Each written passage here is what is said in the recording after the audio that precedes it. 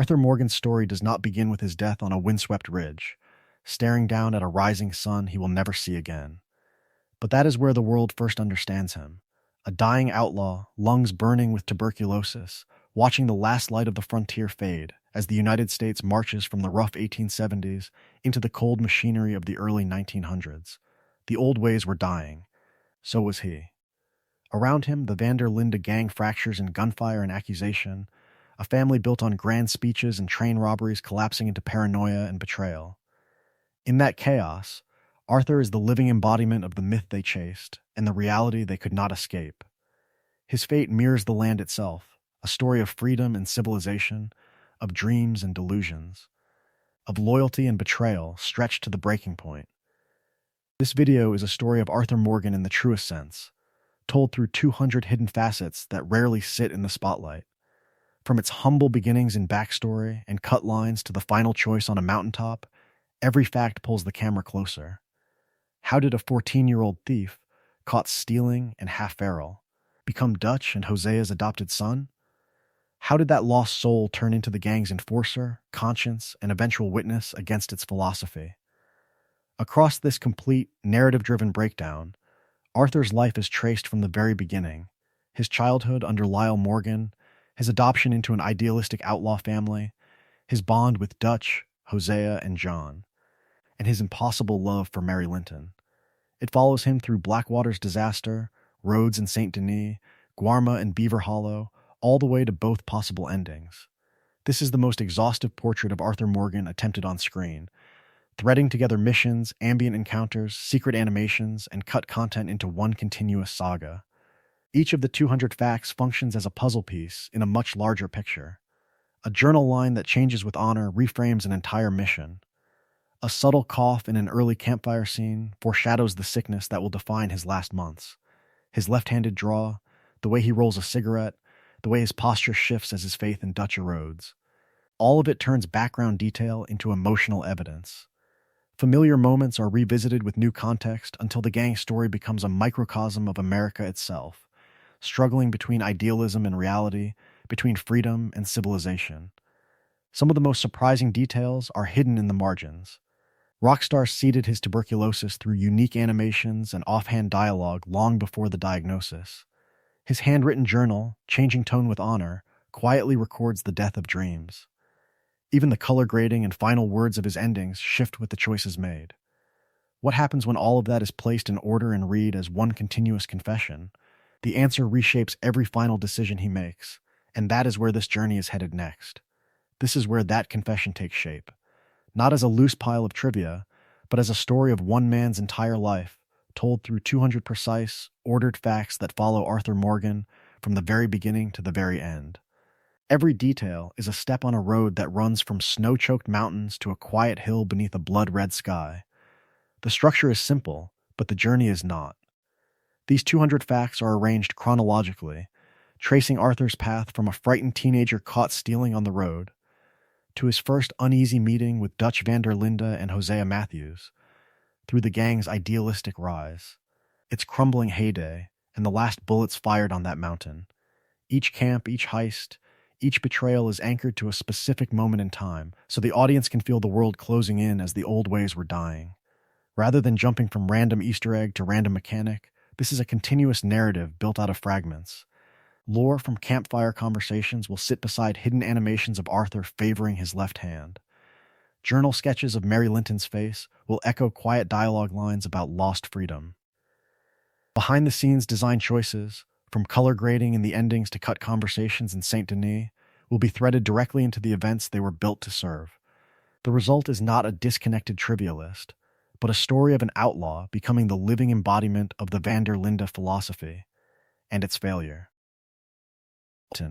The almost life that haunts his journal margins, and the wider gang, Charles, Sadie, Javier, Bill, Abigail, even Micah, each pulling Arthur toward a different future, or a different grave.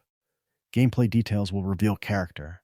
What does it mean that Arthur's journal changes tone with honor, that his handwriting records both robberies and rescued strangers? What does it say that his cough begins as a throwaway animation and ends as the metronome of his remaining days? Even the way he rolls a cigarette, left-handed and weary, becomes part of the larger confession. By the end, Arthur will no longer stand as just Dutch's enforcer. He will emerge as a fully realized person whose every scar, sketch, and decision carries meaning within the wider van der Linde experiment in freedom, family, and self-deception. From its humble beginnings with a scared boy on the roadside to a dying man choosing what kind of legend to leave behind, this is his life in order. And that story begins not with a bank, not with a train, but with a hungry teenager and a chance encounter on a cold, indifferent road. That road began decades earlier, in the dust and hunger of the 1860s and 70s, long before Arthur Morgan was the gang's feared enforcer or reluctant philosopher. From its humble beginnings, his life was a story of absence and improvisation, of a boy learning that the world would not catch him if he fell. Arthur was born to Lyle Morgan, a petty criminal drifting through the collapsing frontier, and a mother whose name the records barely bother to keep. Lyle was no legendary outlaw, no romantic gunslinger. He was a small-time thief, running cons, stealing what he could, forever one step ahead of the law until eventually he wasn't. When Lyle was arrested and dragged off in irons, young Arthur watched the so-called justice of civilization arrive not as fairness, but as humiliation. Lawmen were just another gang, only with badges. His mother did not live long enough to soften that lesson. She died when Arthur was still young, leaving behind no inheritance except grief and a boy's quiet conviction that people disappeared without warning. That early loss, combined with Lyle's absence, left him drifting through a world that was changing faster than any child could understand. The old ways were dying, and in their place came railroads, banks, and prisons, all speaking the language of order while grinding down the poor. A child in that world did not ask whether freedom was legal. He asked whether it was possible. Without guidance, Arthur grew up rough, half wild, and only semi-literate. He could scrawl his name and puzzle through a sign when he had to, but books were strangers and letters were locked doors. The irony, in the truest sense, is that this same boy would one day fill a journal with careful sketches, bitter reflections, and some of the most quietly poetic observations in the game's entire story. Every elegant line of that journal is built on the fact that once he could barely read at all. As a teenager, survival meant theft. Arthur stole food, horses, anything that could be traded for another day of breathing. One of those desperate attempts, a clumsy roadside robbery, is where history bent. He tried to rob the wrong travelers. Dutch van der Linde and Hosea Matthews were already experienced conmen by then, the living embodiment of charm and danger. And for a moment, the scene teetered on absurdity, a starving boy aiming a gun at two men who had probably planned to rob him first. Dutch and Hosea did not simply rescue him. They recruited him. To them, he was a useful pair of hands. To him, they were the first people who stayed. Dutch promised freedom and family, a philosophy that painted outlaw life as resistance rather than crime. Hosea offered craft and caution, teaching him to hunt, to track, to read the world instead of just enduring it.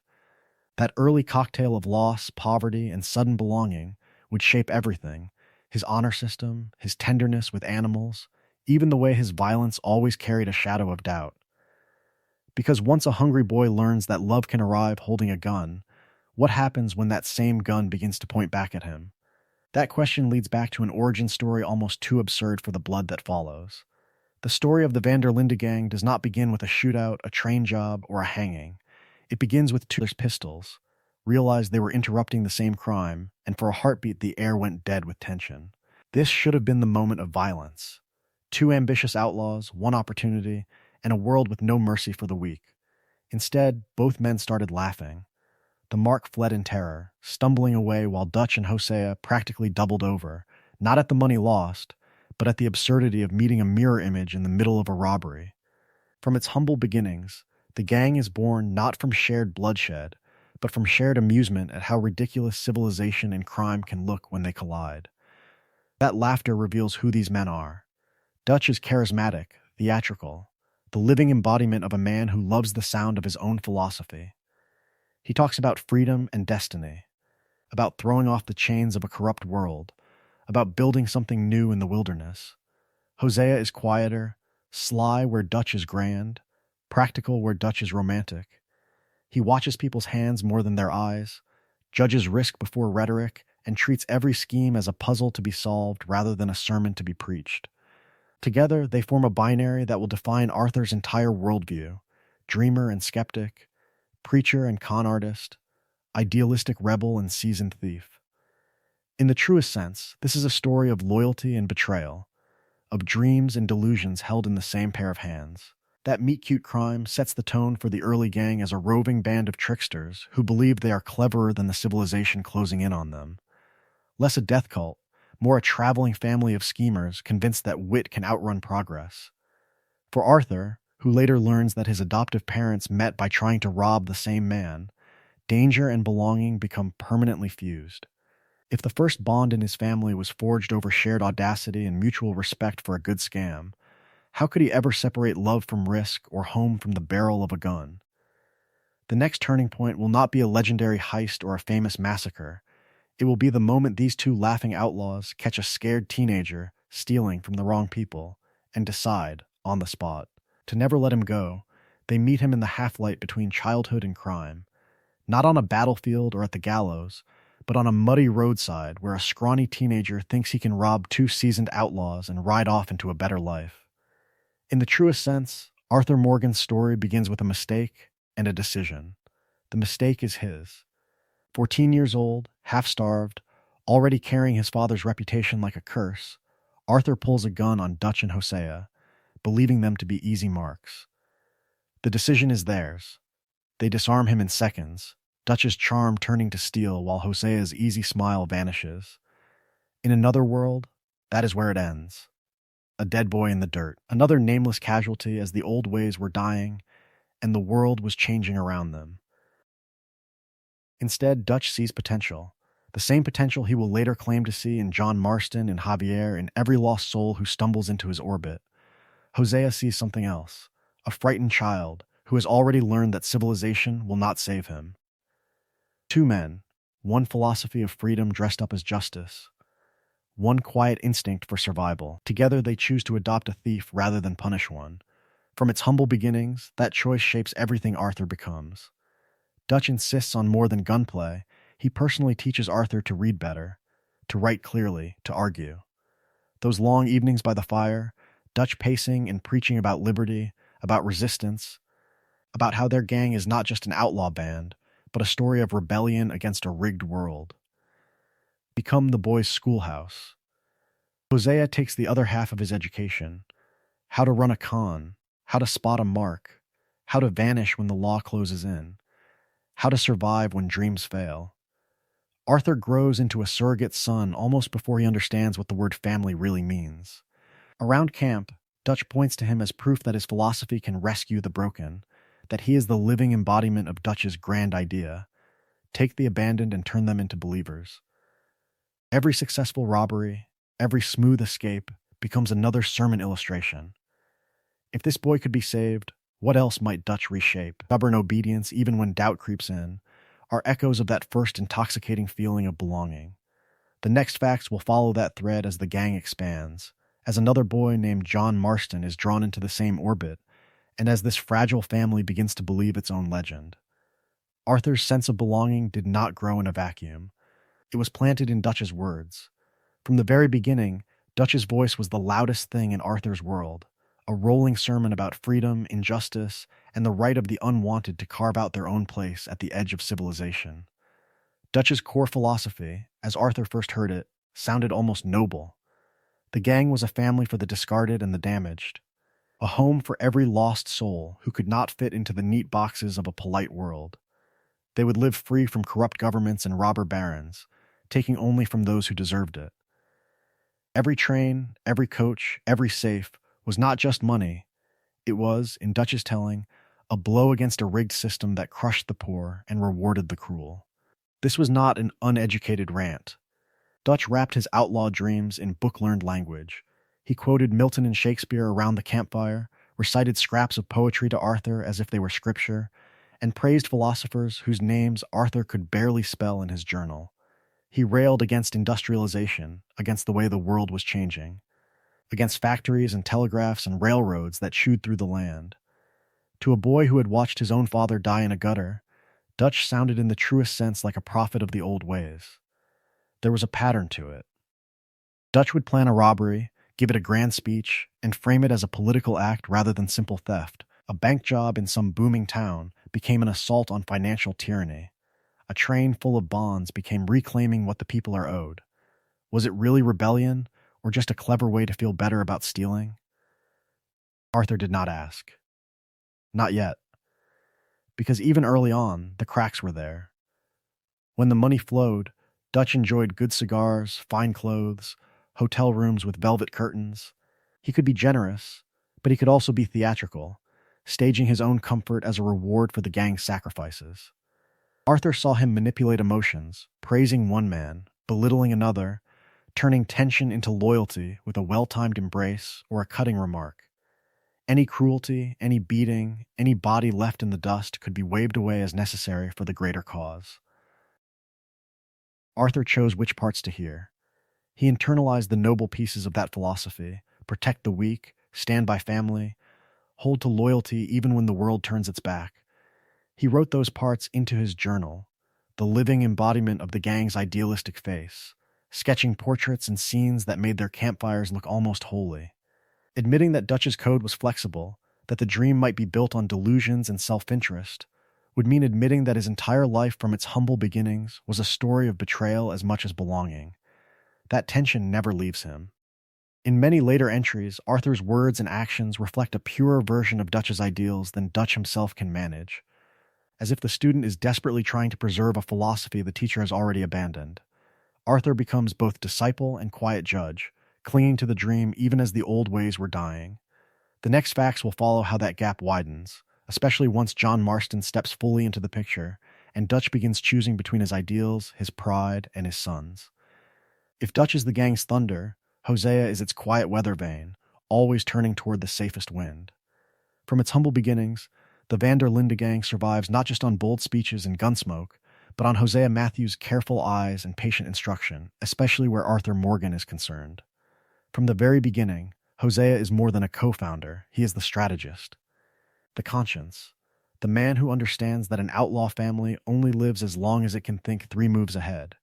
He teaches Arthur how to read people in the truest sense. The twitch in a mark's jaw that means they are lying. The nervous glance that means they are armed. The desperate stare that means they will do something foolish if pushed. Where Dutch pushes Arthur to charge, Hosea shows him when to pause, when a soft word, a forged document, or a simple confidence trick can do what bullets would only ruin. Hosea turns survival into a philosophy. He drills into Arthur that a bad deal is worse than no deal at all, that walking away from unnecessary small choices. When Arthur holsters his gun instead of drawing it, Hosea's voice is usually somewhere behind that decision. What makes Hosea unique among the gang is that he notices Arthur's mind before Arthur does. He encourages the boys' rough sketching, praising drawings of animals and landscapes as if they were bank ledgers filled with profit. He gives Arthur books, pushes him to read the world as carefully as any wanted poster. It is Hosea who first nudges Arthur toward journaling and observation, planting the seed that an outlaw can be more than a blunt instrument, that a man can record his own story even as civilization tries to erase it. This influence seeps directly into gameplay. Arthur's journal, Changing with Honor, feels like Hosea's lessons written in charcoal and ink. His patience in certain missions, his ability to talk his way through tense encounters, his occasional reluctance to escalate conflict when a con or a bluff will do, all trace back to evenings listening to Hosea dissect a failed swindle or praise a clean escape. How many times does Arthur try a warning, a negotiation, a second chance before resorting to the gun Dutch would reach for first? In Hosea and Dutch, Arthur grows up with 2 competing fathers. One tells him the world can be remade through will and violence.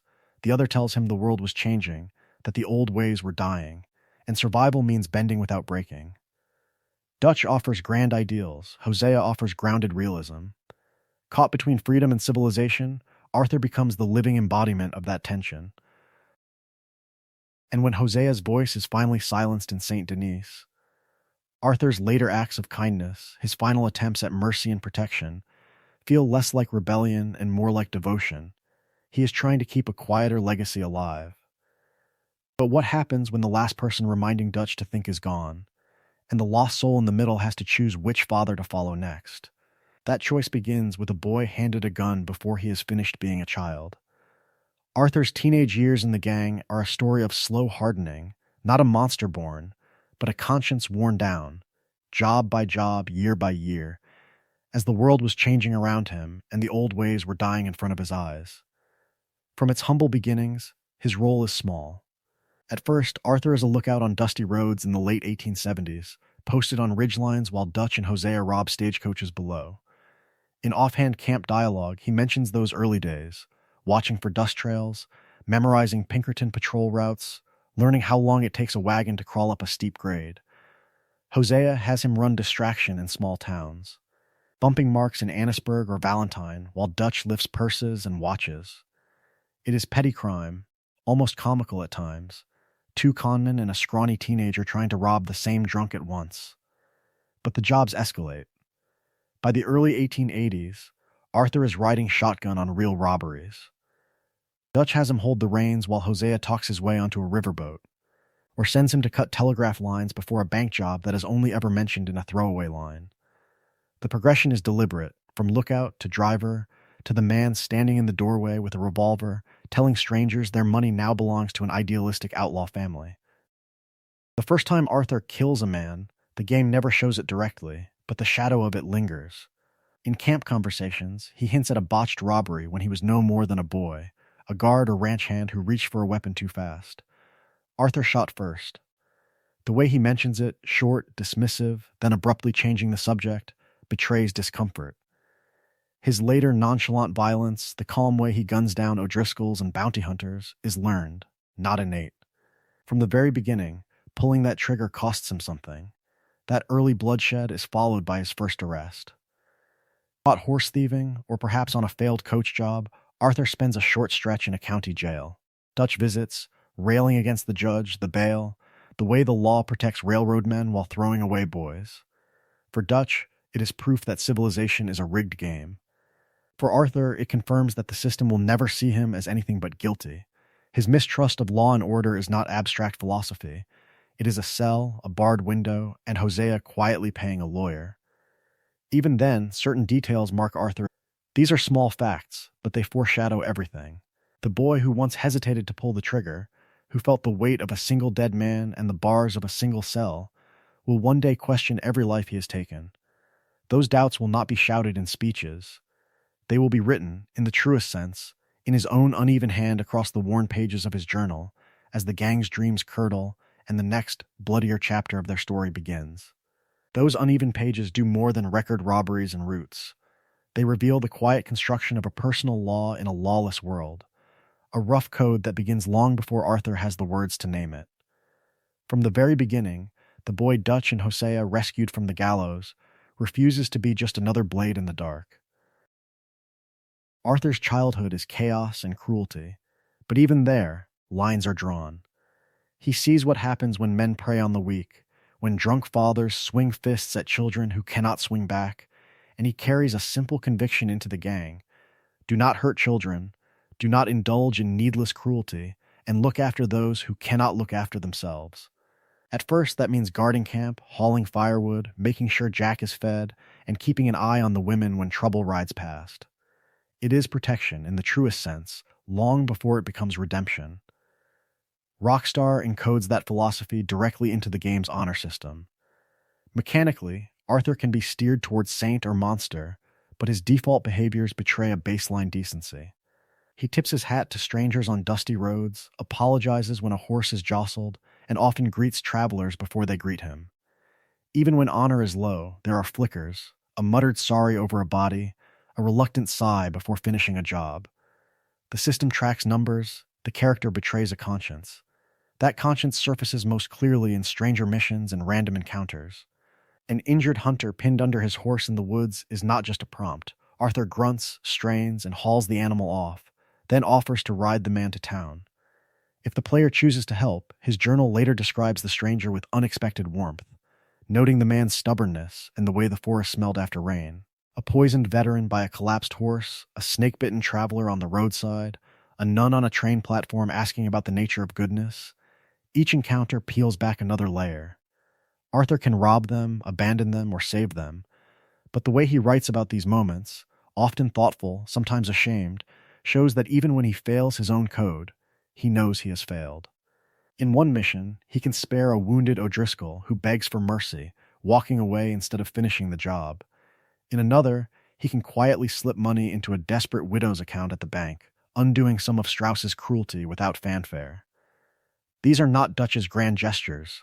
They are small, unglamorous choices that never make it into speeches, but they define who Arthur is becoming.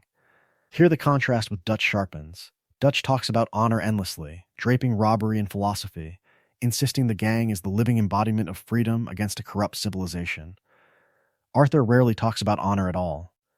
He lives it, or fails to, in the way he treats a stable boy, a servant, a stranger on a broken wagon. As the world was changing and the old ways were dying, Dutch's honor became theater. Arthur's remained painfully practical. That difference plants a question that will haunt the rest of their story. When loyalty to Dutch finally collides with loyalty to his own evolving code, which version of Arthur Morgan will step forward? Dutch's enforcer? Or the man his journal has been quietly writing into existence from its humble beginnings? That journal Arthur keeps, the one quietly rewriting him from its humble beginnings, is only half the equation. The other half rides in years later with a scarred face, a sharper tongue, and a very different answer to Dutch's promises of freedom and family. John Marston's story is a story of hunger before it is a story of gunfights. An orphan dumped into institutions that called themselves charitable, he was beaten, overworked, and taught that civilization meant obedience or pain. He ran, again and again, until the only home left was an alley and whatever he could steal before dawn. By the time Dutch van der Linde first saw him, John was a teenager on the verge of starving to death, a lost soul who had already learned to trust no one. Dutch bring in a new recruit, he staged another conversion. Two boys, both abandoned by the old ways. Both told they had been chosen by the living embodiment of resistance. It sounded noble. It also meant they were always being measured against each other. Arthur, already shaped by Hosea's patience and Dutch's grand speeches, leaned into the role. He was eager to please, quick to ride out, quick to believe that robbing banks and trains could somehow be righteous as long as Dutch said the words with enough conviction. John, even as a teenager, bristled. He was sarcastic, suspicious, the first to mutter when a plan sounded suicidal, the first to question why a simple job kept leaving bodies in the dust. In camp, that difference hardened into a quiet binary. Arthur as the good son, John as the rebellious one. One wrote careful lines in a journal, the other vanished for days, chasing his own score or his own anger. When Dutch praised Arthur's loyalty, John heard a rebuke. When Dutch indulged John's defiance, Arthur saw a challenge. Dozens of small resentments took root in those years. Petty arguments over orders, over shares, over who Dutch trusted most. The world was changing, the old ways were dying, and inside the gang a slow, private civil war of expectations had already begun. Some of the most painful facts in Arthur Morgan's story will not be about bullets or sickness at all. They will be about letters unsent, words unspoken, and long rides spent in silence beside the man who would one day become Red Dead Redemption's protagonist. How does a good son watch the rebel beside him become the future? And what happens when both men realize Dutch's dreams were delusions all along? From those long rides in silence, the story shifts back to the very beginning of Arthur and John's bond, when both were still boys trying to impress the same outlaw father. Arthur was already Dutch's golden son, the proven gun hand and enforcer, when a scrawny teenager named John Marston arrived in camp. From its humble beginnings, their relationship was a competition wrapped in a mentorship. An older brother ordered to train the new kid and, at the same time, to outshine him. Arthur saw John as a rival, but also as a responsibility. Dutch told Arthur to show John how to shoot, how to ride, how to rob, turning every lesson into an unspoken contest. Who could bring in more money? Who could be trusted with the riskier job? Arthur's journal hints at this early tension. In one entry, he calls John too damn proud and too damn reckless, complaining that the boy wants to prove himself every damn minute, a line that carries both frustration and a strange, protective pride. There is concern there, but also judgment. Arthur notes John slipping off from camp, questions his commitment when he disappears for stretches, and grumbles that John don't seem to understand what Dutch is trying to build. In the truest sense, Those words reveal Arthur's own blind spot more than John's. The older man is measuring loyalty by obedience to Dutch's philosophy, while John is already, quietly, measuring it by what this life is doing to them. Dutch, of course, encourages the rivalry. He praises John's potential in front of Arthur, calling him the future, then later tells John that Arthur is the best man he has. He sends Arthur on the most dangerous robberies, the living embodiment of the gang's muscle, while giving John more scouting and side work, keeping their roles separate. Their comparisons constant, and their moral compasses pointed toward him rather than inward. Freedom is promised, but dependence is rewarded. A small pattern interrupt comes in those rare moments when John pushes back.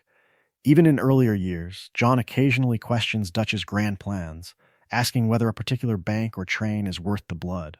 Arthur, still the dutiful son, defends Dutch in campfire conversations and journal notes, accusing John of not believing enough, of wanting the comfort of civilization without the cost.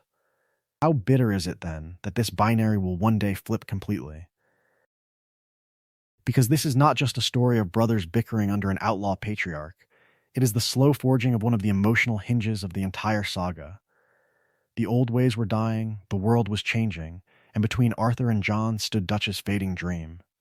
Many of the most important facts in Arthur Morgan's life, his last rides, his final choices, his search for redemption, will be defined by how he chooses to treat the man he once dismissed as a reckless kid, and later begs to walk away. Phyllis, and from the very beginning she did not fit the pattern of Arthur's life. Respectable family, church dresses, a brother studying to be something proper in the eyes of civilization. She met Arthur when he was already a committed outlaw, Dutch's proc and the living embodiment of that wandering philosophy. Yet Mary looked at him and saw both the gentle man sketching animals in his journal and the dangerous man who rode with killers. Their timeline is scattered through memories and letters, but the shape is clear. They met when Arthur was still young, already deep in Dutch's world, but not yet completely hardened. Her family disapproved, seeing only a criminal dragging their daughter toward ruin. Arthur tried to clean up, to visit in decent clothes, to sit at a table rather than a campfire. There were at least 2 moments, hinted in dialogue and in Arthur's own handwriting, when he nearly walked away from the gang to build a quieter life with her. Each time, something pulled him back. Or someone. Arthur's journal becomes the real witness to this almost life. In those pages, he sketches Mary's face, notes her letters, and writes with a vulnerability he rarely shows around the camp. He wonders if he could ever be a husband, a father, a man who earns his keep without a gun. He dreams of a small house, some land, maybe a few animals. Then, almost in the same breath, he undercuts himself, calling it foolishness, saying men like him do not get happy endings. It is a story of dreams and delusions sharing the same line of ink. Dutch feels that tension. He does not rage openly at Mary. Instead, he needles and nudges, framing Arthur's doubts as betrayal. The gang is family, he insists. The gang is freedom. Civilization will never accept men like them. When Mary's influence grows, Dutch reminds Arthur who fed him, who taught him to read, who gave a lost soul a place to belong. Leaving is not just walking away. Leaving is treason. Years later, when the world was changing and the old ways were dying, Mary returns. Older, tired, still carrying that same quiet hope. She asks Arthur one last time to walk away from Dutch's dream. By then, decades of loyalty, regret, and blood sit on his shoulders. The choice he makes in that moment will become one of the most heartbreaking facts of his entire life, and it will echo through every decision that follows, right up to his final stand. Mary's plea to walk away comes at the very moment the gang around Arthur feels most like home, and that tension is the heart of the next chapter. Because by the time she returns, the Vander Linde camp is no longer just a crew of robbers. It is, in the truest sense, his entire world. Fact 41. Take Bill Williamson. On the surface, he is the loud, drunken gun hand, the man who solves problems with dynamite and a rifle. But from its humble beginnings, Arthur's journal sees more than that. Early on, he calls Bill a bull in a gun shop, mocking his temper. Yet he also notes that Bill follows orders, mostly, and that in a fight, there are few men he would rather have on his side.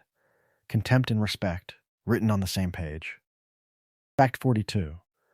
Javier Escuela arrives with a guitar on his back and blood on his hands. A revolutionary turned outlaw, he brings songs from Mexico, stories of failed uprisings, and a loyalty to Dutch's philosophy that borders on worship. Arthur's first impressions are wary. He writes that Javier talks too much about freedom, but later adds that the man can ride, can shoot, and plays a decent tune. Around the campfire, Javier becomes the living embodiment of the gang's idealistic dreams, strumming while others clean guns. Fact 43. Abigail Roberts comes in as a working girl from the saloons, rough around the edges and determined never to be powerless again. She attaches herself to John, but the gang takes her in as well. Arthur notes her sharp tongue, her refusal to be pushed around by Dutch or Susan, and, quietly, her fierce care for the baby in her arms. That baby Jack becomes Arthur's softest spot. Fact 44. Across riverbanks at Horseshoe Overlook, humid nights at Clemens Point, and the eerie halls of Shady Belle, camp is more than a hideout. It is the only stable home Arthur has ever really known. There are chores, hunting parties, shared meals. In jokes, he stops mocking John and starts condemning him for failing the boy. A story of disappointment turning into reluctant guardianship. Fact 46. That role comes with invisible weight. Arthur listens to Hosea's doubts, Dutch's grand plans, Karen spirals into drink, all without asking who will listen to him. He is the man everyone leans on, the lost soul who never quite believes he deserves the family he protects. Fact 47. Even the small moments matter. Teaching Jack to fish, sitting through Javier's endless songs, helping Abigail carry water, Arthur records them in ink as if trying to prove to himself that these days were real. Freedom for him is no longer just open country and easy money. It is laughter in camp, a warm plate, a child's question about the world. Fact 48. Yet the same tight-knit structure that makes the gang feel unbreakable also turns every future fracture into a personal catastrophe. When loyalties begin to split between Dutch and Hosea, between John and the rest, Arthur does not see strategy. He sees parents arguing in front of the children. Fact 49. The betrayals that will come from within, the deaths that will shatter those campfires, are set up here, in these peaceful interludes. The more Arthur invests in this family, the more every raised voice cuts, the more every absence hurts. Fact 50. And as the camps move, growing poorer, more desperate, the philosophy that once bound everyone together starts to crack. The story of the Van der Linde gang's expansion is not just about numbers. It is about how every new face gives Arthur another person to lose. The next stage of their journey, from Blackwater's disaster to Coulter's frozen hell, will prove just how fragile this home really is. In those years before Blackwater, before the snow and the hunger, the Van der Linde gang lived the legend it had been telling itself since the very beginning. This was the age of roaring locomotives brought to a halt at gunpoint, of banks emptied in a thunder of bootsteps and smoke, of cons so elaborate they felt almost theatrical. And at the center of so many of those tales stood Arthur Morgan. Dutch liked to talk, Hosea liked to plan, but Arthur made those dreams real. On the great train jobs, he was the one clinging to the side of iron carriages, boots scraping sparks, calmly planting dynamite while the engines screamed through the night. When charges failed or schedules changed, he improvised, leaping between cars, cutting loose wagons, turning Dutch's elegant blueprints into something that could survive contact with reality. A story of loyalty and betrayal, of dreams and delusions, often came down to whether Arthur could keep his hands steady. His sharpshooting was not just flavor, it was the difference between escape and a noose. During one notorious bank robbery in the Heartlands, when Pinkertons arrived early, Arthur held a narrow alley alone, dropping rifle shots with mechanical precision while the others scrambled through the vault and out the back. In another job, an attempted swindle in Valentine turned into a chaotic street fight. When the Mark tried to rob the robbers, Arthur shifted from smooth talking accomplice to brutal enforcer in a heartbeat, proving in the truest sense that he was Dutch's right hand and the gang's muscle. Yet even in this glory, the world was changing. Railroads pushed deeper into the frontier, their timetables printed, their routes mapped.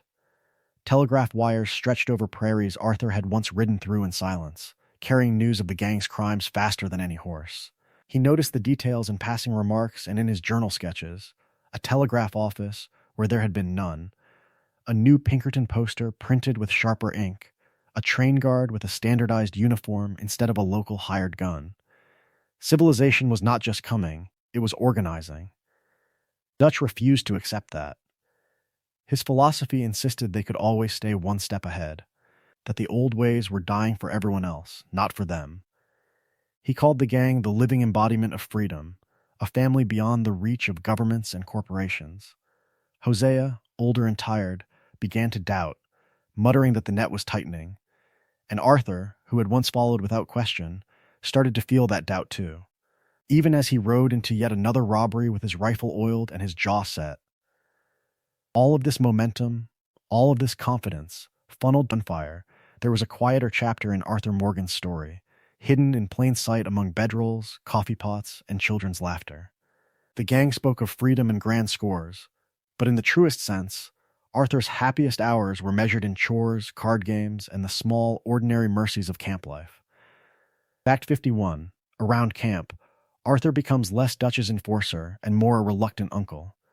At Horseshoe Overlook and Clemens Point, he can be found lifting Jack onto his shoulders, pretending to be a monster, or patiently teaching the boy to fish. The same hands that will later hold a shotgun steady are shown holding a child's hand, guiding him to the riverbank, turning an outlaw camp into a fragile imitation of family. Fact 52. Arthur's warmth shows in the way he helps with work no one sings songs about. He carries crates for Pearson, chops wood, stirs stew, and hauls water, sometimes grumbling, often teasing. When he gently mocks Uncle for sleeping through every chore, the tone is playful, not cruel. This is a story of a man who kills for the gang in town, then quietly keeps it fed and warm in the evenings. Fact 53. Rockstar underlines this duality through subtle animations. Left alone by the hitching posts, Arthur will absent-mindedly brush his horse, pat its neck, or feed it an apple without being prompted.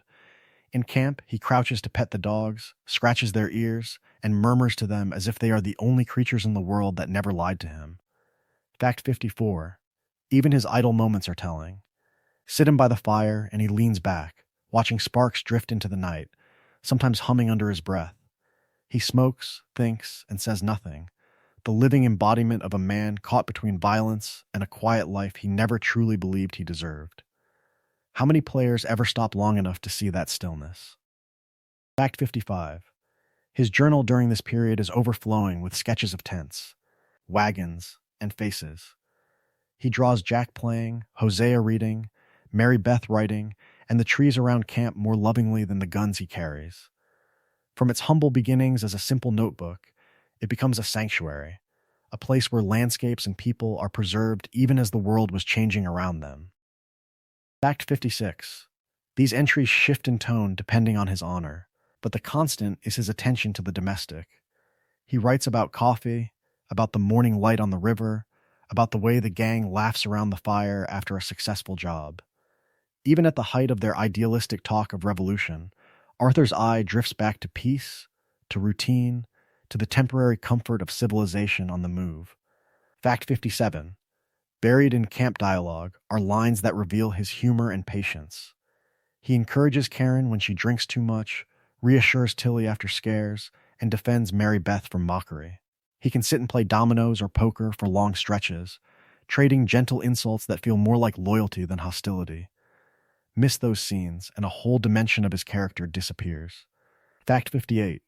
There's a quiet protectiveness in the way he positions himself, too. Arthur often stands near the women, and Jack when strangers approach camp. Body turned outward, hand never far from his holster. Without a word, the animation tells a story. This is his perimeter, and anyone crossing it will answer to him. Fact 59. Ironically, the camp, built with the profits of robberies and blood, becomes the one place where Arthur behaves least like an outlaw. He is more neighbor than bandit there, more caretaker than killer. In those moments, the old ways were dying not just in the wider world, but inside him. Fact 60. All of this softness makes what comes next hurt more. The ferry at Blackwater is not just another job. It is a knife aimed at the fragile. Domestic world Arthur has helped build. The laughter around the fire, the sketches in his journal, the games with Jack, every small kindness becomes a countdown, a fragile piece waiting to be drowned under gunfire and betrayal. Fact 61. The Blackwater ferry job is the moment the gang's legend fractures. A story of easy money that turns into a blood-soaked retreat.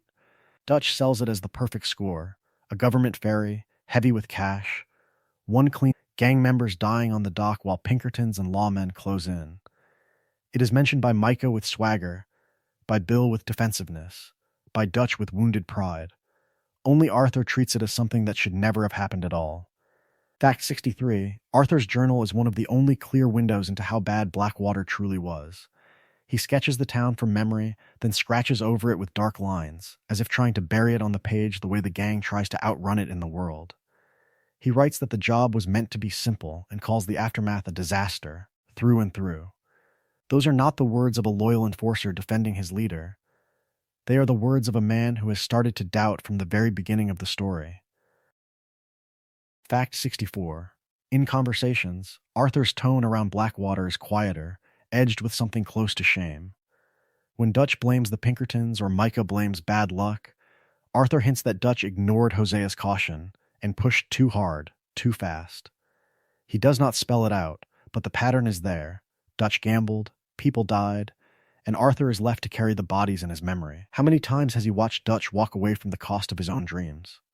Fact 65. Blackwater also transforms the gang from roaming outlaws into hunted fugitives.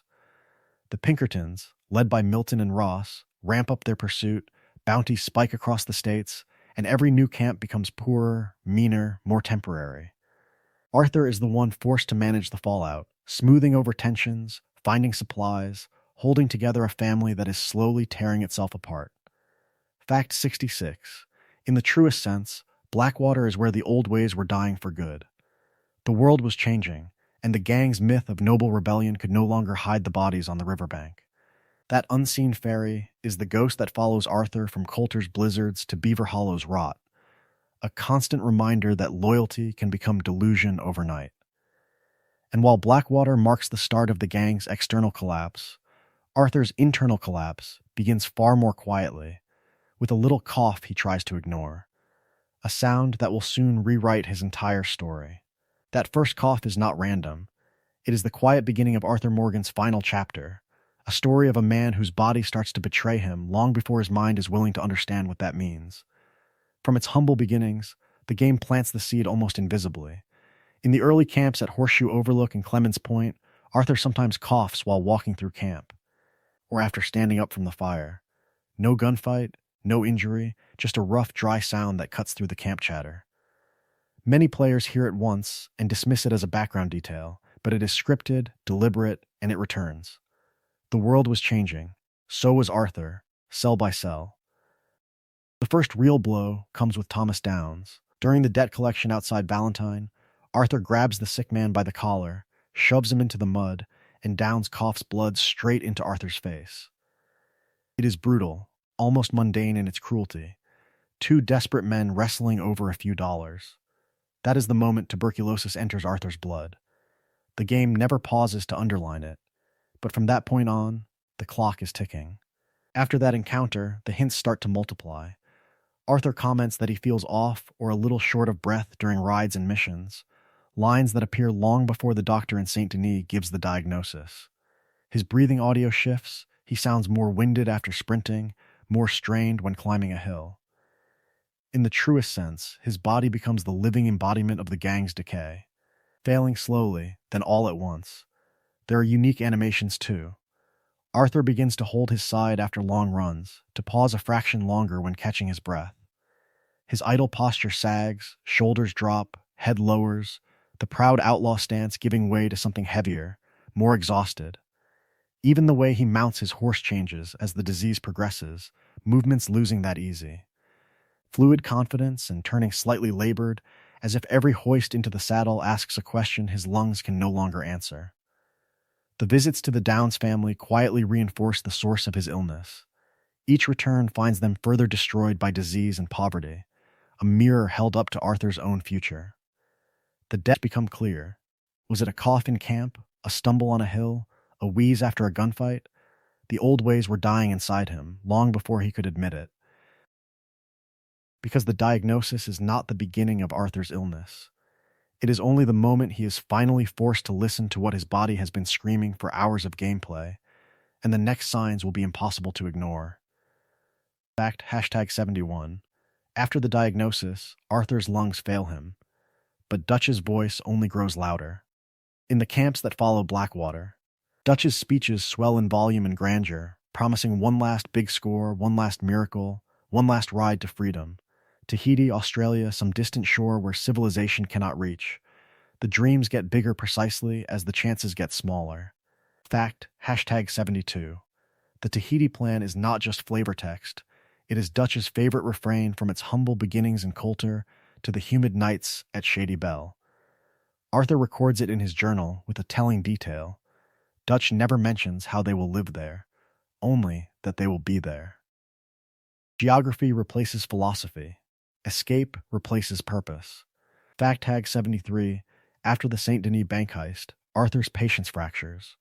Hosea and Lenny are dead, the gang is scattered, and Dutch's response is not reflection, but volume. On Guarma, when Dutch orders the massacre of the soldiers at the sugar plantation, Arthur quietly confronts him, questioning the needless brutality. In that moment, the loyal enforcer hears only an echo where a code used to be. Fact, #74. Arthur's journal becomes the living embodiment of this unraveling. Early entries praise Dutch's ideals, calling him a teacher, a father, a visionary. Later, the ink turns bitter. Arthur notes how Dutch leaves John behind in the Saint Denis chaos, then lies about it in camp. Loyalty has become a story Dutch tells about himself, not a standard he lives by. Fact, #75. A key fracture point is Dutch's growing trust in Micah Bell. At the very beginning, Micah is just another outlaw, loud and eager for blood. By Beaver Hollow, Dutch is taking Micah's word over Arthur's and Hosea's memory. Arthur writes that Dutch listens to the wrong voices now, a quiet admission that the family he believed in has been replaced by a paranoid court. Fact, #76. Dutch's compromises show in who he abandons. He walks away from the Wapiti after using their cause as cover. He refuses to meaningfully help Sadie rescue John until pressed. Each betrayal is wrapped in rhetoric about the greater good. Each sacrifice is presented as necessary. In the truest sense, the code has become camouflage. Fact, #77. Ironically, as Arthur's body weakens, his moral sight sharpens. Tuberculosis strips away his illusions. The world was changing, the old ways were dying, and Dutch's speeches begin to sound less like rebellion and more like delusions shouted into the wind. Arthur starts asking simple questions. Who is actually being saved? Who keeps paying the price? Fact, #78. This shift is visible in gameplay and in writing. High Honor Arthur fills his journal with regret, with concern for John, Abigail, Jack, and even for the ordinary people harmed by the gang's chaos. Low Honor Arthur is harsher, more resentful, but even then the hypocrisy is named. In both paths, Dutch's words and actions no longer match. Fact, #79. A pattern interrupt comes at Beaver Hollow, when Arthur physically blocks Dutch from killing John on the cliff. The man who once enforced Dutch's will now defies it in front of the entire gang. That single act turns a whispered doubt into open rebellion. Fact, #80. From this point on, Arthur becomes the reluctant moral center of a story of loyalty and betrayal, of dreams and delusions, of family dissolving under pressure. His remaining facts will trace a man trying, in failing health and a collapsing world, to shield others from the leader he once would have died to protect. Fact, #81. To understand that reluctant moral center, the story has to move from the campfire to the page.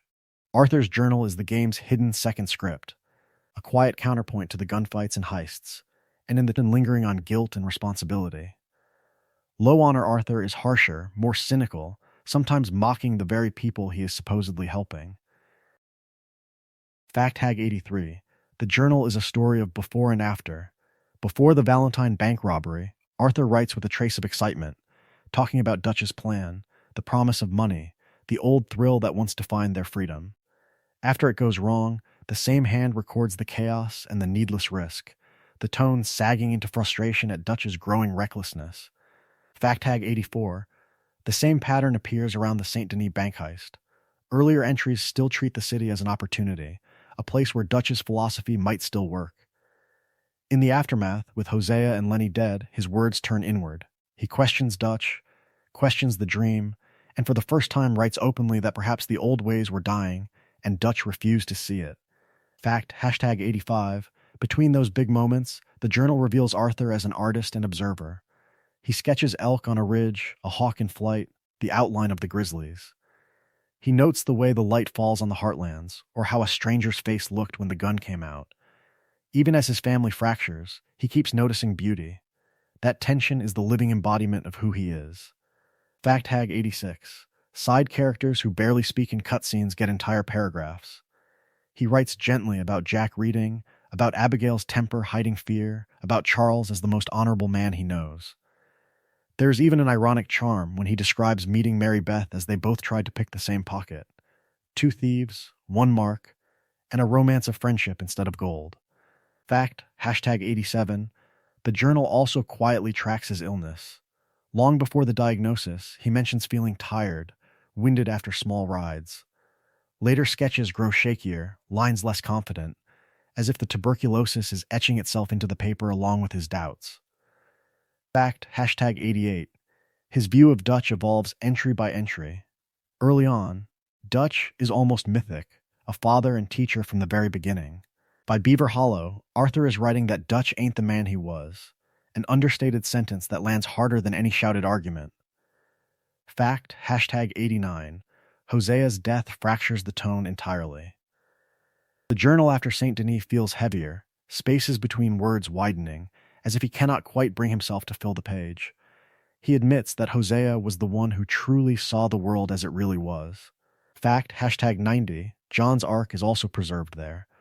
Arthur complains about John's irresponsibility, then gradually begins to respect his attempts at change, finally pushing him toward a life beyond the gang.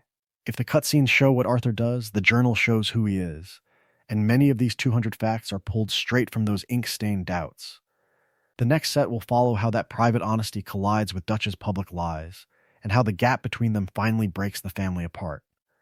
That collision between Arthur's private honesty and Dutch's public lies becomes more than a thematic contrast.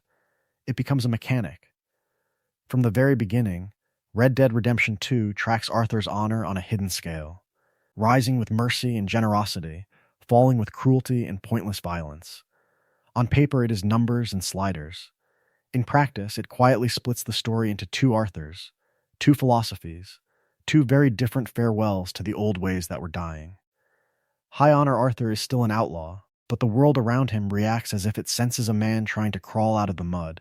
Strangers receive softer greetings, more patient answers, a dry remark instead of a threat. In camp, his rebukes to Micah or Bill carry weary disappointment rather than pure venom. Even his journal, the living embodiment of his inner voice, shifts. High Honor entries dwell on regret, on the cost of freedom, on how the gang once felt like family and now feels like a long, bad dream that cannot be woken from. Low Honor Arthur, by contrast, writes and speaks like a man already halfway to the grave. His handwriting is the same, but the tone is harsher, more fatalistic, less forgiving. Where the High Honor journal might describe a robbery victim as poor bastard, caught in the middle of all this, the Low Honor version reduces them to an obstacle or a joke. In the truest sense, it is a story of loyalty curdling into bitterness, of dream failures, and begs Dutch to remember the man he once claimed to be. His last ride up the mountain is framed as a desperate sprint toward redemption, the camera lingering on the sky, the horizon, the fading light. Low Honor Arthur turns inward. He snarls, he taunts, he clings to vengeance against Micah with a kind of hollow fury, and when Dutch hesitates, the betrayal feels almost expected rather than shattering. Even the color of the world changes. High Honor endings are bathed in warmer, almost autumnal hues, the sun bleeding gold over the peaks as Arthur collapses, breathing in one last moment of peace. Low Honor endings are colder, harsher, the sky washed in steel and shadow, civilization closing in without mercy. Mechanically, the difference is a number on a bar. Visually and emotionally, it is 2 separate funerals for the same man. In the end, which Arthur feels more true? The weary outlaw groping toward the light, or the brutal enforcer going down swinging because that is all he ever knew? And what does that choice say about how this story was played, about how much faith remained in the possibility of change? Because the next facts follow that choice into the snow, into Micah's betrayal, and into one last, devastating decision on that mountain. Fact, hashtag 101 pulls back from that mountaintop choice and looks at something quieter. but just as revealing, the way Arthur's hands move. From the very beginning, Rockstar made him canonically left-handed, and that decision ripples through every gunfight, every smoke break, every idle animation where he simply exists in this world. His revolver rests naturally in his left, his draw comes from the left, his whole stance cants that way, turning his body into a shield. Watch closely in camp and it becomes a story of habit and history. Arthur rolls cigarettes with his left hand, doing the work while the right mostly steadies, taps ash with a small practiced flick, and scratches in his journal with the same hand that pulls a trigger. Around him, most outlaws default to their right. He is always mirrored, the living embodiment of a man slightly out of step with the civilization closing in. Even his idle body language, the way he leans on a post or rests a hand on his belt, favors that side, giving him a distinctive silhouette in a crowd.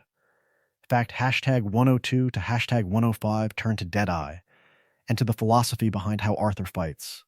Rockstar's animators have said they wanted Deadeye to feel powerful, but never magical, to show an expert marksman rather than a superhuman. So Arthur's Deadeye stance lowers his shoulders, bends his knees, and plants his boots. There is recoil, sway, and just a hint of fatigue. Time slows, but Arthur does not become weightless. He becomes focused. A veteran, not a demigod. The same thinking shapes his reloads. Arthur rarely snaps or flourishes his guns.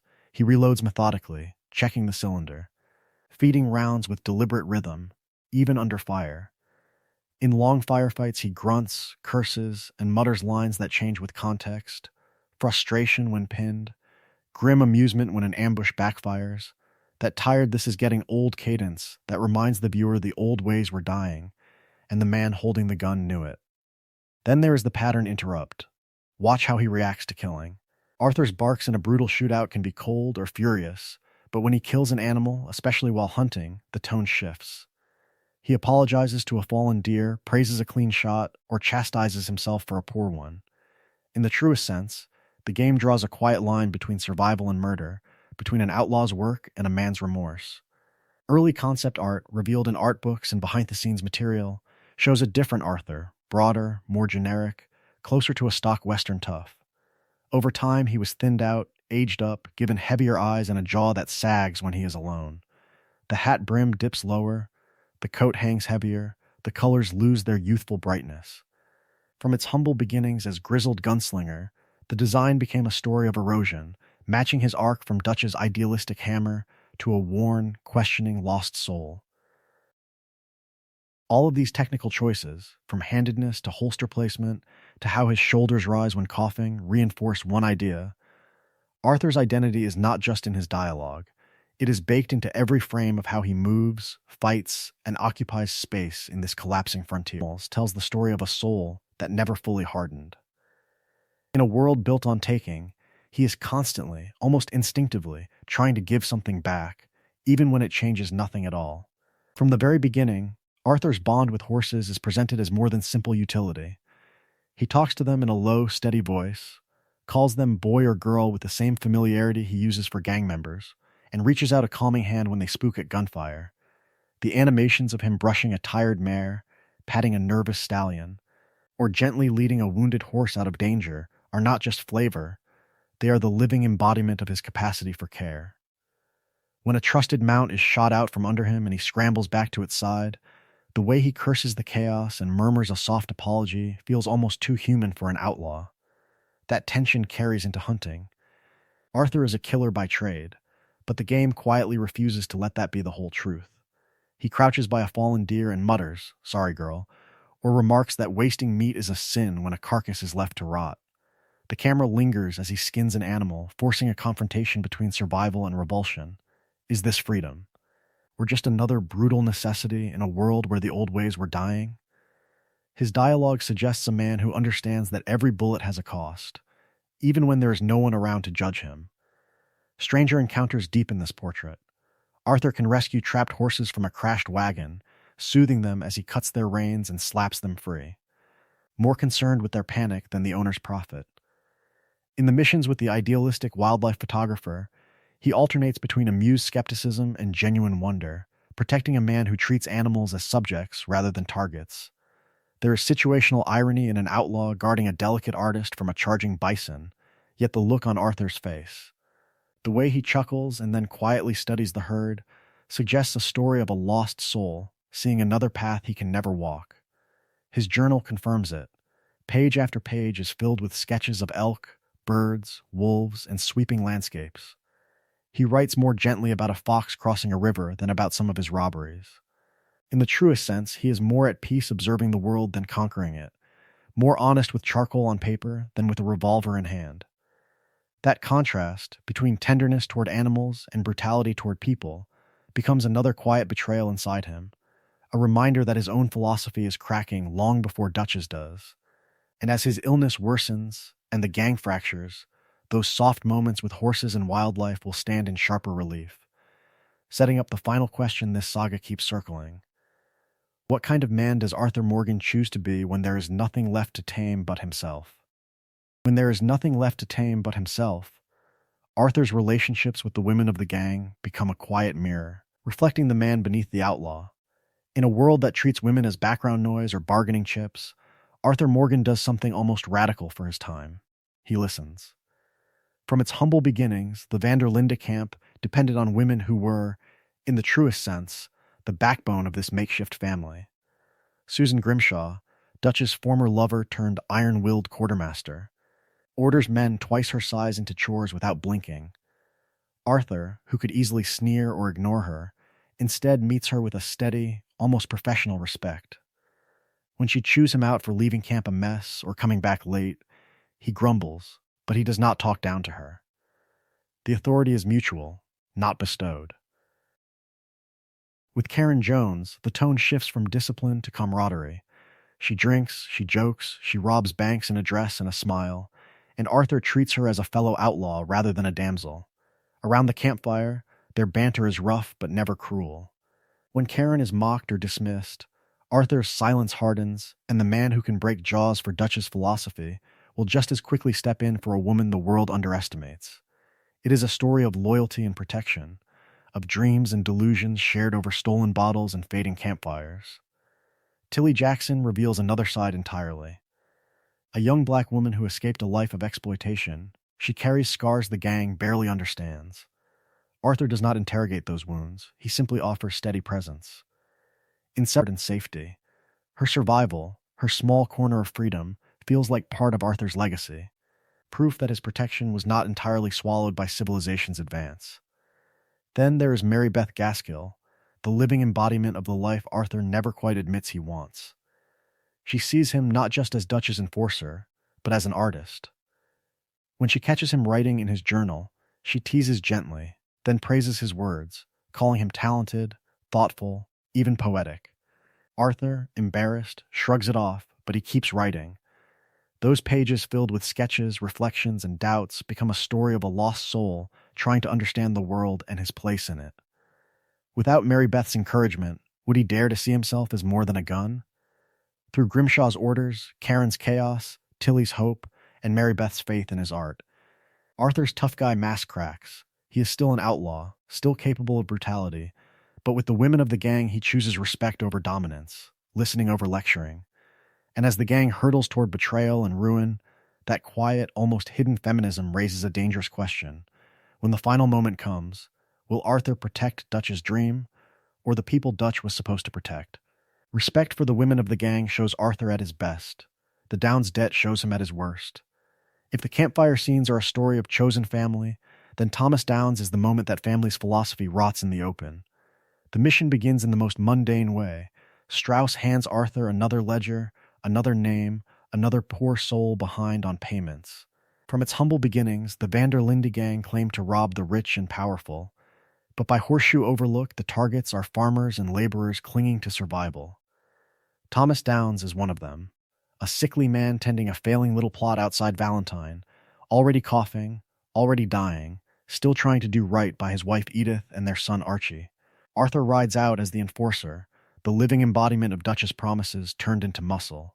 He threatens, shoves, drags Thomas through the mud.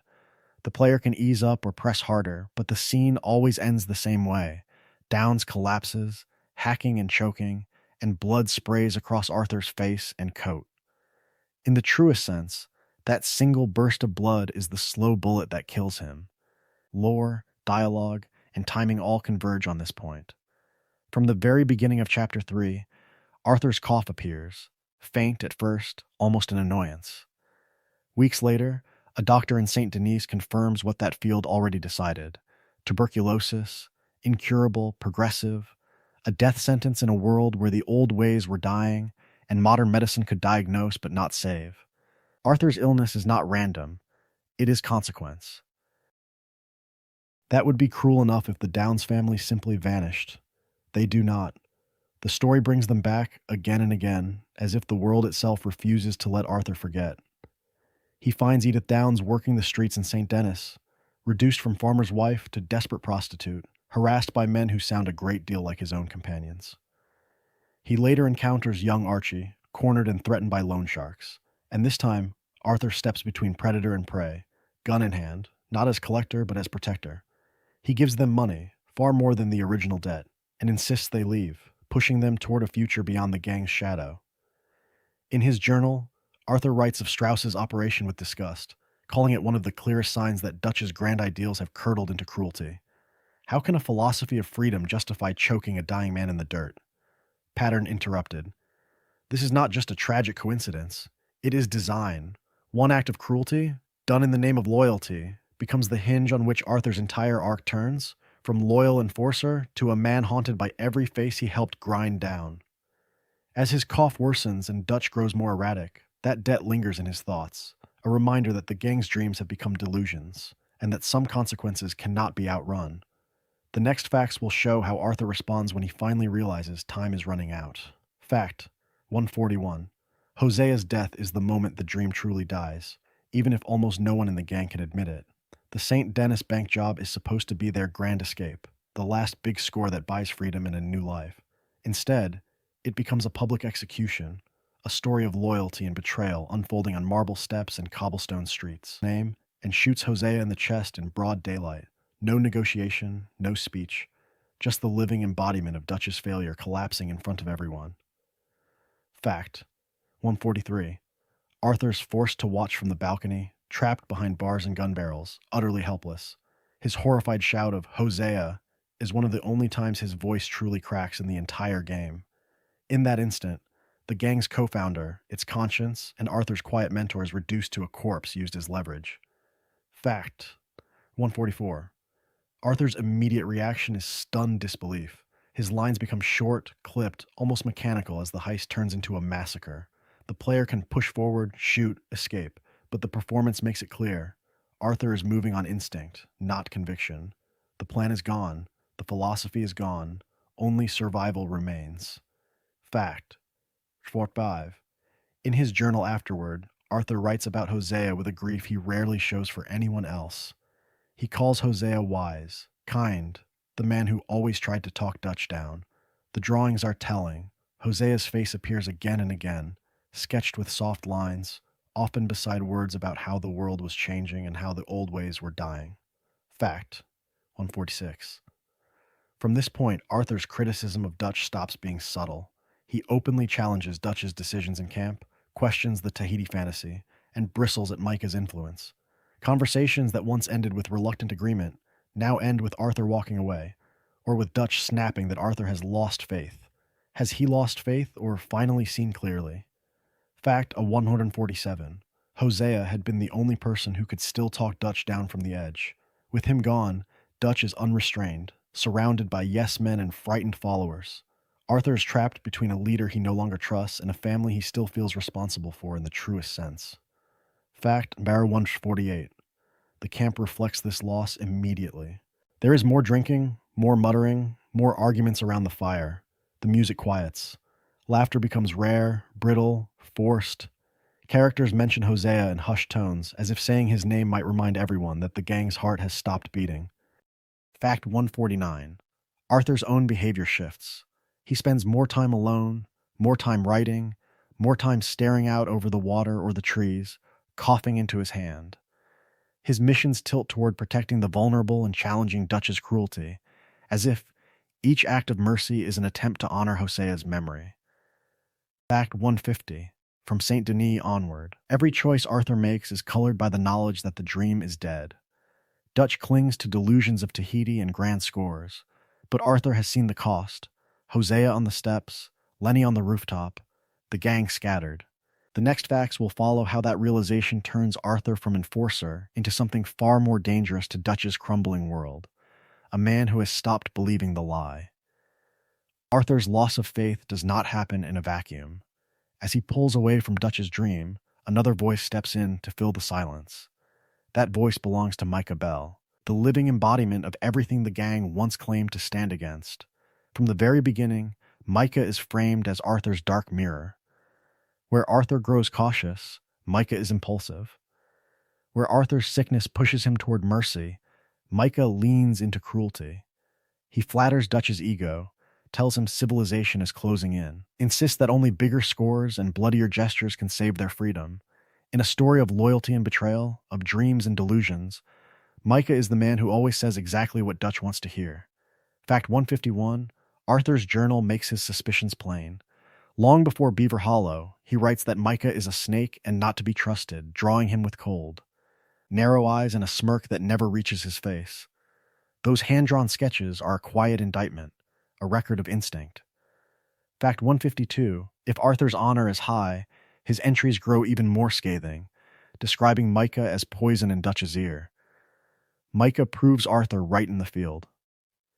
Fact 153, in the Mission, an American pastoral scene, Micah's idea of an ambush turns into an unnecessary slaughter. Lead 5, after Saint Denis, he begins to interpret Arthur's warnings as weakness. The man who once praised Arthur for questioning authority now bristles when Arthur questions him. Micah steps into that gap, offering simple answers, easy enemies, and the promise that the old ways were dying only because the gang has not gone far enough. Their clashes escalate. Fact 156, at camp in Beaver Hollow, Arthur and Micah nearly come to blows over John, with Arthur accusing Micah of abandoning him in the chaos, and Micah spitting the accusation back. Fact 157, later, Arthur physically attacks Micah in front of the gang, calling him a traitor, while Micah insists Arthur is the one turning against family. Dutch watches, silent, measuring two futures. Symbolically, they become two paths for a dying outlaw world. Fact 158, Arthur, facing his own mortality, reaches for responsibility, helping John, Abigail, and Jack escape, choosing to believe that freedom can mean more than running from the law. Fact 159, Micah chooses pure self-interest and nihilism, whispering that there is always one more score, one more body, one more lie. Fact 160, Dutch stands between them, torn, his philosophy collapsing as he decides which man truly betrayed him. That decision will decide who walks off that mountain and who is left in the dust. Fact 161, that decision on the mountain has its roots in a quieter room, under harsh white light, with a single word that changes everything. Tuberculosis, in a story of shootouts and train robberies, Arthur Morgan's most important scene is not on a battlefield, but in a doctor's office in Saint Denis, where civilization delivers a death sentence in a calm, clinical tone. Fact 162, the doctor talks, but Arthur barely hears him. The sound design closes in, the world is muffled, as if the old ways were dying right there in that chair. Street noise fades, the ticking clock dulls, and the player hears Arthur's breathing more than the doctor's warnings. He does not argue, he does not bargain. He just sits there, stunned, a living embodiment of a man who suddenly understands that time is no longer an abstract threat. Fact 163, from that moment, his dialogue changes. The gruff enforcer who once mocked weakness begins to talk about time running out, about chances wasted, about how dreams curdle. He tells people they should leave, that the gang's freedom is an illusion, and even his jokes carry a tired edge, as if every sentence is weighed against how many he has left. Fact 164, Arthur also starts apologizing more.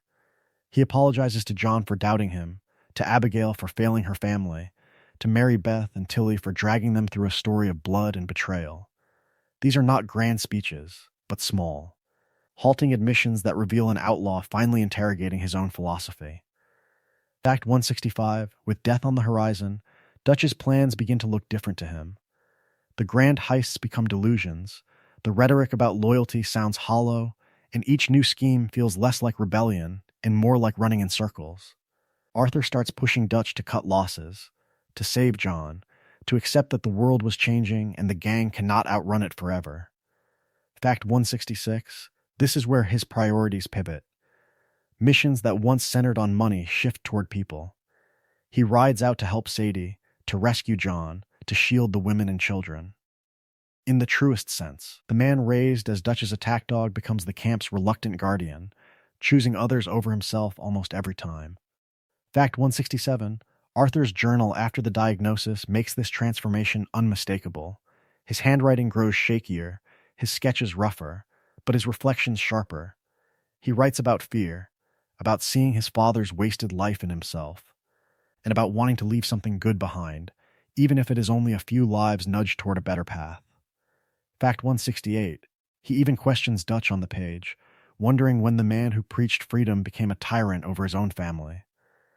The journal becomes a quiet courtroom where Arthur puts the gang and his own soul on trial. Who really betrayed whom? When did loyalty turn into chains? Fact 169. Crucially, these entries are not self-pitying. They are confessions. He admits he enjoyed the power, the violence. Each ride, each gunfight, each quiet campfire talk becomes part of a redemption arc racing against his failing lungs. The last stretch of his life will not be about Dutch's dreams, but about whether a lost soul can change the ending of his own story before the light finally fades.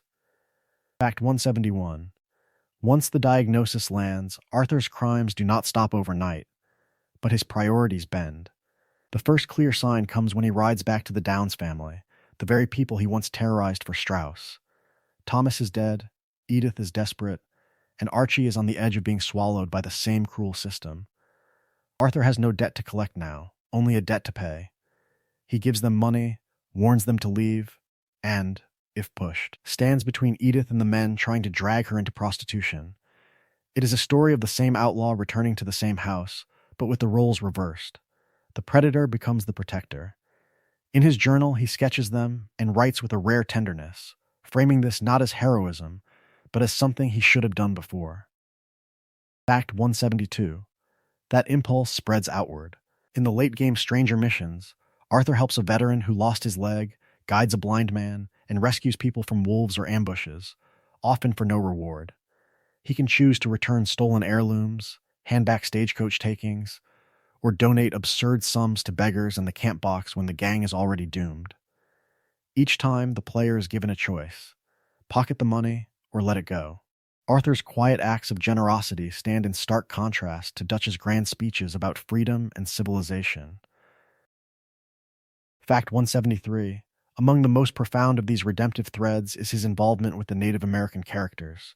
With rains fall and eagle flies, Arthur rides into battles that are not his, sabotages the oil company, and risks tuberculosis-ravaged lungs to pull eagle flies from the battlefield.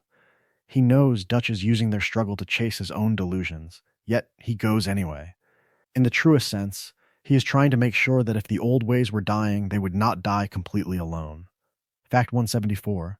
These actions are mirrored in his confessions. Reverend Swanson, once the gang's disgrace, becomes an unlikely priest for Arthur's conscience. On the train tracks, Arthur admits he wants to be better, even if he doubts he can be saved.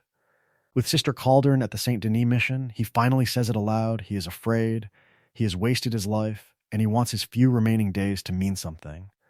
Who else would listen to a lost soul on borrowed time? Fact 175. His journal doubles down on this. Entries after the diagnosis are filled with sketches of John, Abigail, and Jack, of Rain's fall, of the Downs boy.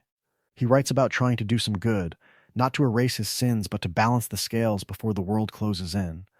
The handwriting grows shakier, the tone more reflective, as if the page is the only place he can admit that Dutch's philosophy never truly gave him peace. Fact 176. Yet the clearest proof of Arthur's redemption is not in his words at all. It is in the way he chooses John. He pushes John to run, gives him money, gear, and time, and in the high honor path, spends his last strength buying John's freedom with his own life.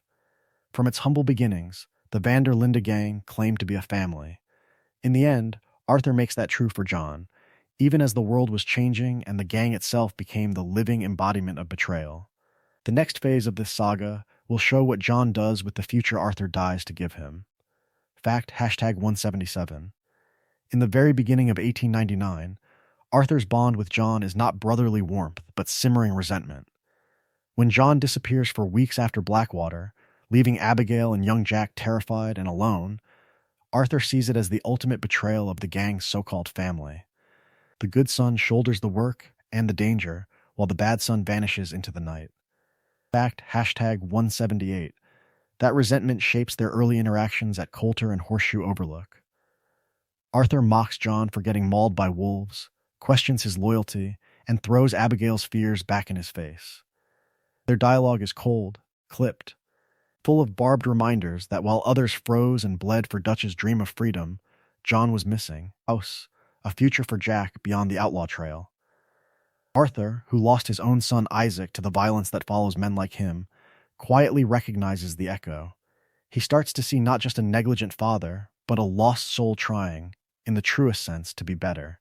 Fact hashtag 180. This shift becomes explicit after Arthur's tuberculosis diagnosis. The clock is ticking, and with it, his patience for Dutch's delusions. During rides to and from missions, Arthur pointedly tells John to get out while he still can, to buy a ranch, to stop chasing Dutch's philosophy and start building a real life. He pushes, he nags, he almost bullies John towards civilization, because he understands that the old ways were dying, and that someone has to survive the wreckage. Fact hashtag 181. On missions, this new conviction is written into Arthur's body. In Horseman Apocalypses, he drags himself into a brutal defensive camp to protect Abigail and Jack. In The Bridge to Nowhere and The Fine Art of Conversation, he rides through gunfire to pull John out of Dutch's spiraling schemes. By Red Dead Redemption, he storms Braithwaite Manor and the Sisika Penitentiary, then later risks everything to free Abigail, coughing blood while fighting through Pinkertons. His failing lungs turn every sprint, every climb, into a visible declaration their lives matter more than his. Fact hashtag 182. Arthur's final stand on the mountain is the culmination of this entire arc. He covers John's escape, hands him the satchel of money, and tells him to make a future for his family, effectively stepping aside so the so-called bad son can become the living embodiment of the dreams the good son will never reach. It is a story of two men trading places, the reliable enforcer embracing death, the runaway embracing responsibility. But what does John actually do with that burden? And how long can Arthur's sacrifice hold back the tide of a changing world? Arthur's choice to turn back, to ride toward a doomed camp instead of away from it, is the moment his sacrifice stops being theoretical and becomes real. The story of two men trading places narrows to a single rider, a dying outlaw pushing his horse into the fading light as the world was changing around him and the old ways were dying for good. Fact hashtag 183. The so-called final ride begins, as That's the Way It Is swells in, not with a gunshot, but with a quiet realization. Arthur knows what is happening to his body. The tuberculosis, foreshadowed from the very beginning with coughs, weight loss, and those stagger animations, has finally claimed his future. So the camera pulls back, locks onto him and his horse, and lingers on the horizon, forcing the player to sit in that knowledge. Fact tag 184. The route itself is a story of memory. As Arthur rides, the camera drifts across the same valleys and ridges he has sketched in his journal from its humble beginnings in Coulter to the swamps near Shady Bell. Landmarks from earlier chapters slide past, the Dakota River bluffs, the fields near Rhodes, the mist over the heartlands. These are not random vistas, they are deliberate visual callbacks. A farewell tour of a world he tried to understand in pencil and ink. Fact hashtag 185. Even the lighting changes to mirror his state. If his honor is high, the color grading warms, the sky softens into gold and rose, and the dust in the air turns almost sacred, in the truest sense. With low honor, the palette is harsher, colder, the sun more blinding than comforting. In both cases, Arthur's posture tells the truth, shoulders slumped from exhaustion, but his spine still set with resolve, a man half broken, half unbending. Fact hashtag 186. The pacing is the living embodiment of his philosophy shifting. The game quietly discourages rushing, there is no urgent timer, no frantic music, only that steady, resigned song. Verses about fate and consequence play out in full, inviting reflection on loyalty and betrayal, on dreams and delusions, on what freedom really meant to this makeshift family. Who did Dutch save? Who did he sacrifice? Who is still worth saving? Fact hashtag 187. Hidden details personalize this journey. 8. All of this funnels into the final confrontations with Micah and Dutch. The ride is not a detour, it is the fuse. By the time Arthur reaches Beaver Hollow, the audience has been walked through his life, his regrets, and his fragile hope that John's family might escape. The next gun drawn, the next word spoken, will decide whether that hope dies with him or outlives the gang that gave him purpose. Because what happens when a lost soul finally turns his gun against the dream that raised him? What happens is a climb, a confession, and a reckoning on the side of a dying mountain. The story that began with an idealistic promise of freedom and family is dragged, coughing and bleeding, toward its brutal conclusion. Fact, hashtag 189. Arthur's final ascent with Micah is not just a chase. It is the living embodiment of everything that has been lost. His body is failing, every step punctuated by ragged coughs and stumbles, tuberculosis turning the thin mountain air into poison. Micah, by contrast, moves with vicious energy, taunting, scrambling, thriving in the chaos. The storm rolls in, the sky darkens, and the rocks turn slick, as if the world itself is reflecting their internal struggle between decay and ruthless survival. Fact, hashtag 190. Along that climb, Arthur's dialogue shifts depending on his honor, revealing who he has truly become. With high honor, he calls Micah out not just as a traitor, but as the rot that hollowed out Dutch's philosophy, accusing him of poisoning the gang from the very beginning. With low honor, his words are harsher, more bitter, spitting venom about Dutch, about betrayal, about how the dream was always a lie. In both cases, the mountain becomes a courtroom, and every insult is a piece of testimony about the gang's collapse. Fact, hashtag 191. When Dutch finally appears, standing over the two men locked in a desperate struggle, his silence is louder than any gunshot. He listens as Arthur and Micah throw accusations at each other, each trying to drag him to their side. But he barely responds. This is Dutch at the end of his road, a man so trapped between his dreams and his delusions that he cannot admit what he has done. His hesitation, his refusal to help either one, is in the truest sense his complete moral collapse. Fact, hashtag 192. The physicality of Arthur's last fight drives that tragedy home. He crawls through mud, claws at rocks, swings with fading strength. He wheezes, chokes, and still forces himself forward. Every punch is less about revenge and more about John, about one last chance to stop Micah from dragging the last hope of the gang back into hell. The old ways were dying, and Arthur is willing to die with them if it means John's family might escape. Fact, hashtag 193. Dutch's final act in this scene is to walk away. He turns his back on both men, on the corpses of his ideals, and disappears into the storm. It is a story of loyalty abandoned, of a leader who cannot face the world he helped create. Fact, hashtag 194. From here, the endings diverge. Whether Arthur dies, watching the sunrise, murmuring about John and the world that is coming, or is finished off in the dirt. His last words crystallize his journey in a few lines, setting the stage for how John will carry that legacy, or fail to in the years ahead. Fact, hashtag 195. In the high honor ending, Arthur's story of violence and wandering finally narrows to one clear purpose: get John out. On that last ride down from Beaver Hollow, coughing blood into his bandana, he pushes through Pinkerton's, through Micah's ambush, through Dutch's paralysis, until there is nothing left except the promise that John will live a different life. Freedom for another man, paid for with his own. He sends John toward the future, toward Abigail and Jack and the ranch that does not exist yet, and turns back to face the past. On the cliff with Micah, the fight is brutal, clumsy, desperate. Two aging outlaws clawing at each other as the world was changing beneath their boots. When Dutch finally walks away, leaving them both, Arthur is left broken, bleeding, and strangely calm. Crawling to the edge, he watches the sunrise pour gold over the mountains. The music softens, the wind rises, and he dies in the truest sense at peace, thinner and more dissonant.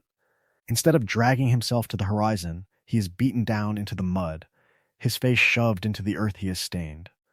Micah finishes him with a knife, and there is no sunrise, no gentle pull towards something larger, only rage, betrayal, and a life squandered in the dirt as the old ways were dying. Fact, hashtag 197. Across these endings, Arthur's final lines shift to match the man he has become. High Honor can give him words about John, urging him to keep fighting, to be a better father, to run from this poisoned philosophy that destroyed their family. He can tell Dutch that the dream is over, that their ideals were hollow, that this was all for nothing. He can even speak about change itself, admitting that he tried to be better and that maybe that matters, even if civilization will never remember his name. Low Honor Arthur, by contrast, spits venom. He curses Micah, condemns Dutch, dies clinging to anger rather than release. Each line is the living embodiment of years of choices, crystallized into a few breaths. Fact, hashtag 198. The game subtly leans toward a redemptive reading from the very beginning. Arthur's journal grows more reflective with High Honor, missions reward mercy with warmer framing and callbacks to Hosea's gentler philosophy, and the final sunrise feels like the natural conclusion to a story of a lost soul who tried, at the end, to step outside Dutch's shadow. Yet the darker path is always there, reminding the player that not every outlaw finds grace before the end. So when the name Arthur Morgan comes to mind, which death rises first? The sunrise or the mud? And which one feels like the truth of who he became? The answer shapes how John's next steps will be seen, and what that makes of the last ride that is still to come. Whichever death the player carries, Arthur does not ride into Red Dead Redemption with a body, but with a consequence. His last great act is not a final gunfight or a glorious stand. It is the stubborn, painful work of forcing John, Abigail, and Jack out of Dutch's orbit and into a future they never would have reached alone. In the truest sense, Arthur becomes the unseen architect of the entire next story. Every major event in Red Dead Redemption rests on that choice. John's small ranch in Beecher's Hope exists because Arthur pushed him toward honest land, not grand robberies. Jack's survival, and Abigail's, depend on Arthur dragging John out of camp, shoving money into his hands, and telling him to run while the world was still burning behind them. The government can only weaponize John as a reluctant hound because Arthur first made sure there was a family to threaten. That echo is scattered through the epilogue, hidden in quiet corners of the world. John finds Arthur's grave on a hill overlooking the Heartlands, the headstone changing with Arthur's honor, turning a lost soul into a man remembered with respect or regret. At the burned remains of the old camp at Horseshoe Overlook, Arthur's abandoned tent and sketches linger as ghosts of a life that tried to be more than outlaw work. In the cabin at Pronghorn Ranch, John keeps Arthur's satchel and some of his trinkets, physical proof that the dead still travel with the living. Surviving characters keep his name alive as well. Mary Beth mentions Arthur's writing, a small nod to the journal that quietly recorded the gang's rise and fall from its humble beginnings. Tilly speaks of him with warmth and sorrow, while Uncle hints that John's stubbornness feels familiar, as if another gruff protector were still standing nearby. Even Sadie, hardened by loss, carries a shard of his philosophy when she chooses vengeance, but still honors the man who helped her stand up in the first place. John's behavior in the epilogue is where Arthur's influence is clearest. He still kills, still rides into storms of gunfire for the sake of survival and government coercion, but he comes home. He builds a house, reads with Jack, apologizes to Abigail. The man who once mocked domestic dreams now chases them, haunted by a dying friend who told him that freedom without family was just another prison. Developers and fans alike have recognized Arthur as the emotional heart of the saga. Though he never appears in the first game's timeline, every choice, every regret, every line in that worn journal bleeds forward into John's tragedy and Jack's uncertain future. It is a story of loyalty and betrayal.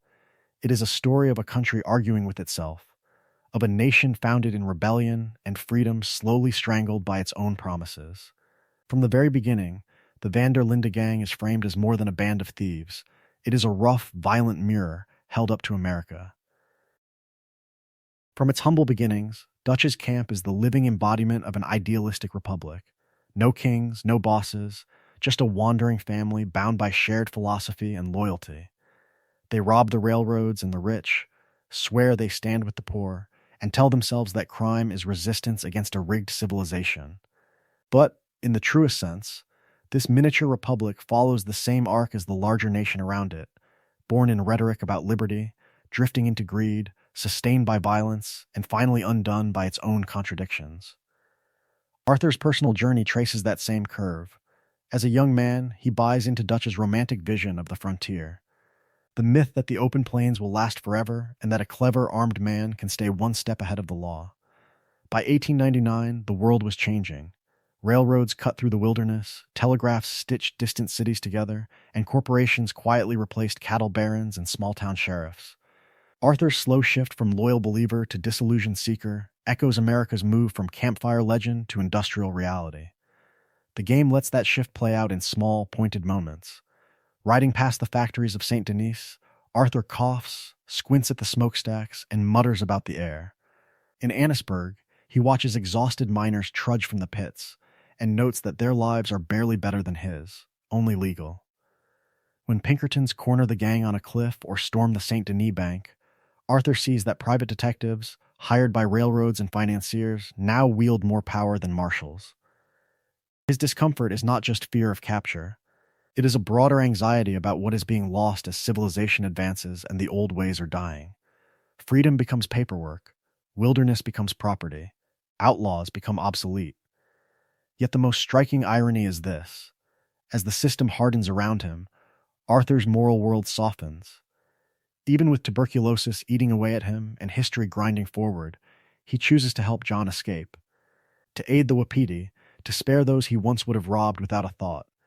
His honor can rise or fall, but the possibility of redemption remains. What does it mean that one man can change when the machine will not?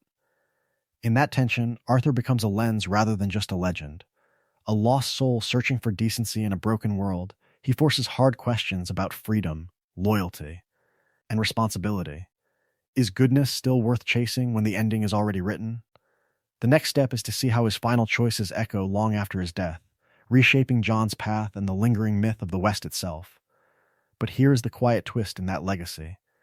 The Arthur Morgan the world mourns is only one version that ever existed.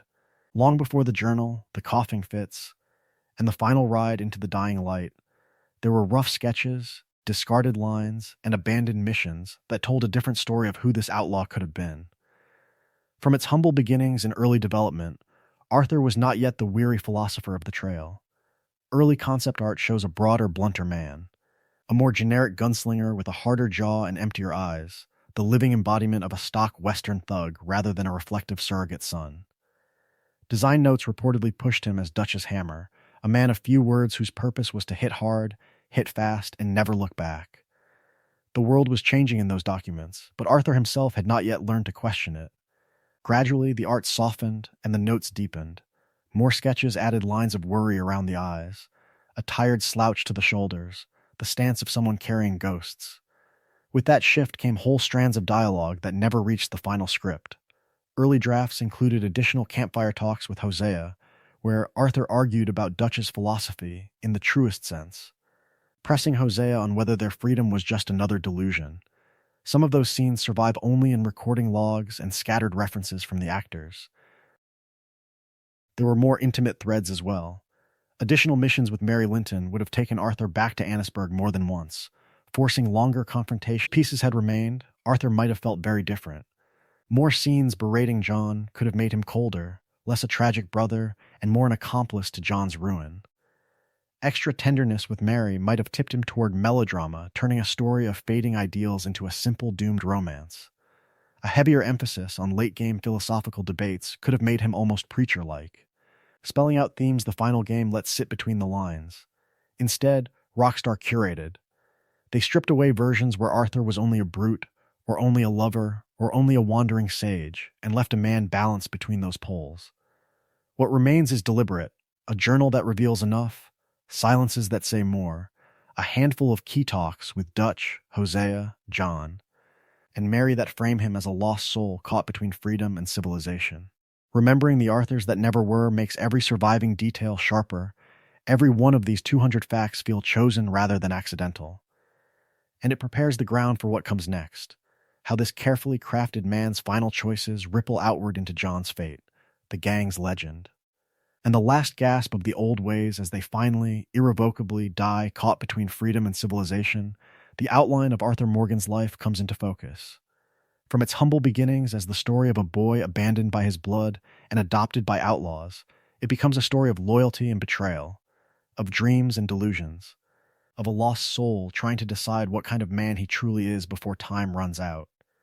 From the very beginning, Arthur is sketched as an orphan thief taken in by Dutch and Hosea, turned from street criminal into loyal enforcer and surrogate son.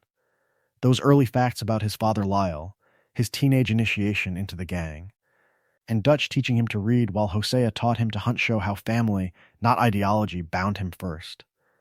It is only later that Dutch's philosophy about freedom and civilization wraps itself around that makeshift family and begins to squeeze.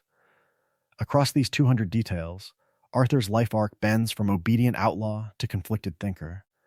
The family cluster reveals the boy who lost his parents but gained a campfire, the man who calls Dutch and Hosea father, yet watches them both fail him. The love cluster shows Mary Linton's letters, the proposal that never happens, the tenderness with Eliza and their son, and the quiet care for Jack and John's family that turns duty into something closer to devotion. In the truest sense, those facts prove Arthur is not just a gun, he is a man aching for connection. The violence and illness clusters carve out the cost of that life. Every robbery led, every body dropped in heists from Blackwater to St. Denis, is mirrored by subtle coughs, weight loss, and those early, throwaway animations where he wipes blood from his mouth. Long before the doctor says tuberculosis, the body already knows. Was the sickness punishment, consequence, or simply the world changing and refusing to let the old ways keep breathing? Then there is Arthur's art and inner world. His journal, handwritten and reactive, becomes the living embodiment of his shifting honor. High honor entries linger on landscapes, on the faces of strangers helped along the road. Low honor entries grow colder, more cynical, more consumed by survival. Even his left-handed sketches and the way he cradles injured animals or pats his horse in idle animations reveal a hidden tenderness, buried beneath the outlaw mask. Taken together, these clusters transform Arthur from a player avatar into a fully realized person, a man whose contradictions feel painfully human. Honor does not just change his ending, it rewrites his personality, his posture, the color of the sky as he dies. And in those final moments, he becomes something else entirely, an unseen guardian of another man's story, clearing a path for John to walk away from the gang's ruins. So, what version of Arthur emerged from each individual playthrough? Was he the weary saint of the dying West, or the bitter ghost of Dutch's broken dream? The next step is to follow what his choices made possible, and to see how the man who thought he was finished with the world still shapes everything that comes after. In that question lies the quiet twist of Arthur's entire story. Because while the game presents a carefully written man, bound to a fixed fate in a world where the old ways were dying, every playthrough turns him into someone slightly different, and into a personal portrait. One player's Arthur dies a quiet guardian of John's freedom. Another collapses as a vengeful ghost clawing at Micah and Dutch until the final breath.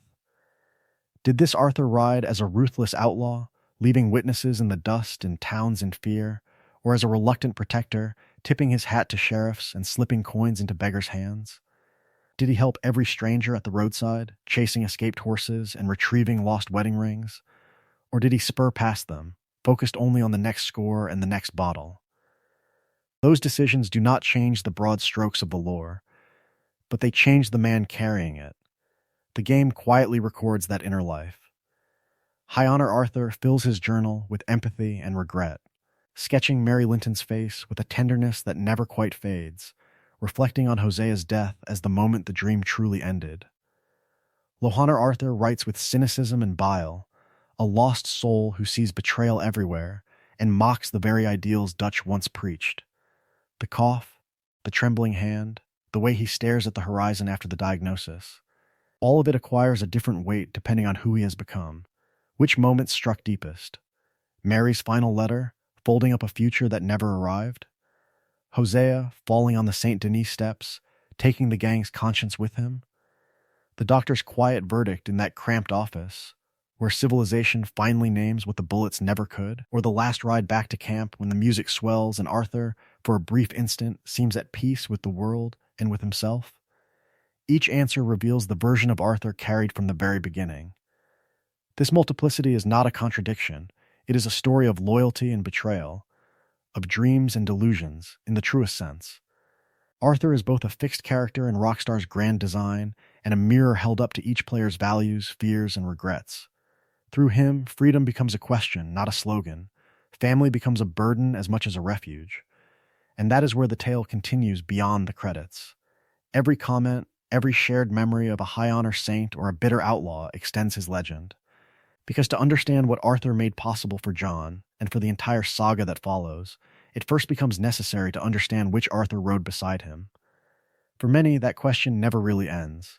The credits roll, the gun smoke clears, but Arthur Morgan lingers, a presence in the mind as persistent as his cough, a story of loyalty and betrayal that refuses to fade.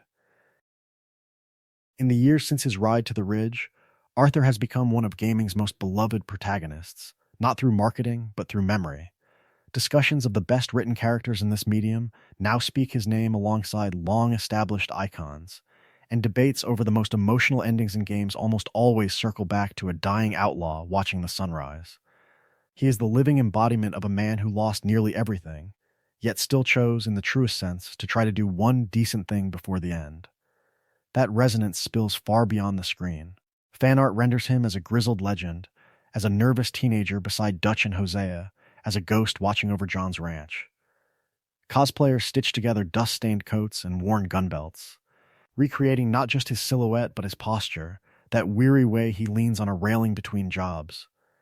In fanfiction and sprawling forum essays, entire chapters are devoted to conversations never heard in-game. Nights by the fire with Charles, letters never sent to Mary, alternate endings where the disease loosens its grip. Arthur is treated almost as a historical figure, a man whose missing years and quiet moments demand excavation. A whole cottage industry of video essays has risen around him. Analysts pause on the way he fingers his hat brim when lying, or the hesitation in his voice when he first mentions tuberculosis. They read his journal from its humble beginnings as a rough sketchbook of robberies to a confessional of regret, tracking how the handwriting tightens or loosens with honor. One question keeps returning. At what point did the enforcer become the conscience of the gang? Behind that transformation stands Roger Clark.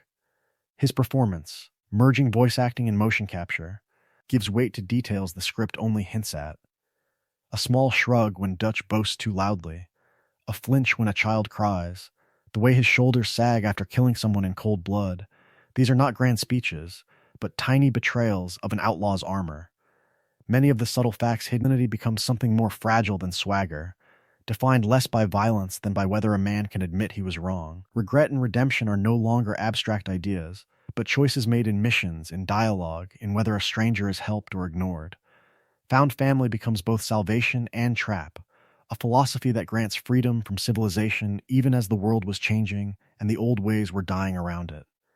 And so Arthur's legacy lives not just in universe, but in those who still debate his choices years later, who replay the tale to chase a different ending, who quote his final lines when speaking about honor. His influence shapes how future westerns and future games will imagine the lost soul at the center of their myths. But Arthur's shadow does not fall on the fandom alone. It stretches forward into John Marston's final years, into the government's hunt, into the last stand at Beecher's Hope. To understand how that shadow twists the fate of every surviving member of the Van der Linde gang, it becomes necessary to follow the trail from Arthur's grave to the man who inherited his chance at absolution. Arthur's shadow lingers because his story refuses to give simple answers. From the very beginning, it was framed as a struggle between freedom and civilization, loyalty and betrayal, idealism and reality. Yet Arthur Morgan never truly stands at either extreme. He is the man in the middle, dragged one way by Dutch's grand philosophy and the other by the quiet pull of conscience. Watching the world close in on the only family he has ever known. His life is a story of binaries that never quite resolve. He rides with outlaws who swear they fight for freedom, but spends nights writing in a journal, sketching birds and strangers, trying to make sense of a civilization that wants him dead. He clings to loyalty, defending Dutch in front of Bill, Javier, and the rest, even as Hosea's death, Jack's kidnapping. And Micah's poison make that loyalty feel more and more like self-betrayal. He believes in Dutch's idealistic dreams, yet his own eyes show him the delusions behind the speeches. How many times can a man hear one more score before the words turn hollow? That is the real tragedy. Not only that Arthur dies on a mountain or in the mud, but that he realizes too late that the dream he served was flawed from its humble beginnings. The gang that promised to be the living embodiment of freedom becomes a cage, held together by fear and habit. By the time tuberculosis forces him to confront his own ending, he understands that Dutch's world is built on bodies, broken towns, and broken promises. And still, with the little time he has left, he chooses to do the right thing in the truest sense. In those final chapters, as the Pinkertons close in and the old ways were dying, Arthur's choices mirror the death of the frontier myth itself. The end of the Van der Linde gang is not a clean shootout or a noble last stand. It is messy, compromised, full of people running in circles, trying to hold on to a story that no longer fits the world that was changing around them. Dutch walks away. Micah scrambles for profit. The government writes its own version. Only a few try to salvage meaning from the wreckage. Arthur's greatest act of rebellion is not any train robbery or bank heist. It is the decision to break the cycle of violence for John and Jack, to send them toward a quiet ranch and a life under their own names, even if it costs him everything. In that moment, the outlaw who once laughed at civilization chooses a different kind of freedom, the freedom to let the next generation become something new. So the questions he leaves behind do not die on that ridge. What is owed to those who raised a man, even when their path leads to ruin? When does loyalty become betrayal of the self? And how far will John Marston go to honor Arthur's final wish before the past comes riding back to claim him? Those questions do not end with Arthur's last breath on that ridge. They echo forward, carried in every playthrough, every choice, every tiny moment that turns this outlaw into something more than a character on a screen. So now the story turns outward. For all the facts, secrets, and hidden details gathered here, Arthur Morgan is, in the truest sense, different in every player's hands. One man walks into the sunset with a near-saintly reputation, another crawls toward the end as a feared killer. Yet both are staring at the same dying sky. Which version lingers in memory long after the credits fade? For some, it is a single line of dialogue, that weary "I gave everything for that man," whispered about Dutch. Campfire moments that civilization almost forgets. Arthur teasing Pearson over stew, or sharing a rare, unguarded laugh with Javier while the world was changing beyond the tree line. A throwaway joke from Uncle, a half-heard argument between Bill and Micah, a quiet conversation with Charles about what freedom might truly mean when the old ways were dying. Which of those stayed lodged in the mind long after the gunsmoke cleared? There are also the obscure fragments, the details hidden between missions that turn him into the living embodiment of a man trying to understand himself. A left-handed gunslinger carefully rolling a cigarette, a journal entry that changes with honor, condemning or justifying the same bloody deed.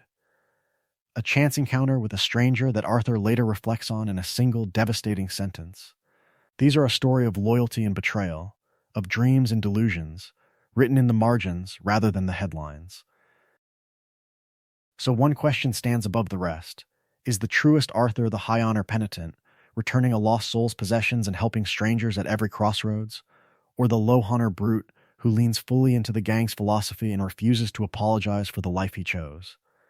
Both paths lead to the same hill, the same sun, the same unfinished apology to the past. Another question haunts the horizon. Should there ever be a prequel from its humble beginnings, focused solely on young Arthur riding with Dutch and Hosea at the very beginning, when the gang still believed its own idealistic speeches about family and freedom? Or would putting too much light on those early years shatter the myth that makes his fall so powerful? In the end, there is no single correct Arthur Morgan, no final, official version preserved in stone. There is only the one each player came to know, through choices made in anger or mercy, through honor gained or thrown away. And somewhere beyond this ridge of 200 facts, that shared legend keeps writing, waiting to be argued over, remembered, and remade in the minds of those who still hear his voice on the wind. Some stories end with a gunshot or a title card. This one ends with something quieter. The realization that anyone still listening after more than 2 hours has carried Arthur Morgan's life back through snow, mud, blood, and fading sunlight. And done it because this outlaw's story still matters in a world that moved on without him. From its humble beginnings in a Kansas jail cell to that final ride under a dying sky. This has been a story of loyalty and betrayal, of dreams and delusions, of a man trying to find freedom while the world was changing around him. Anyone who stays through 200 fragments of memory, cut content, and handwritten journal lines is, in the truest sense, part of the small, stubborn audience that refuses to let Arthur become just another character on a loading screen. But his story is only one branch of a larger broken family tree. The van der Linde gang is a tapestry, and this is just the Arthur thread. The next step is choosing which thread to pull next. Should the next 200 fact deep dive belong to Dutch, the living embodiment of a philosophy that began as resistance and rotted into self-serving delusion? Or to John, the reluctant heir, dragged from outlaw to rancher, from running with Arthur to standing alone on that hill above Beecher's Hope? Or to Micah, the gang's shadow, whose grin lingers in every betrayal, and whose presence turns campfire warmth into quiet dread? Imagine 200 facts about Dutch's contradictions.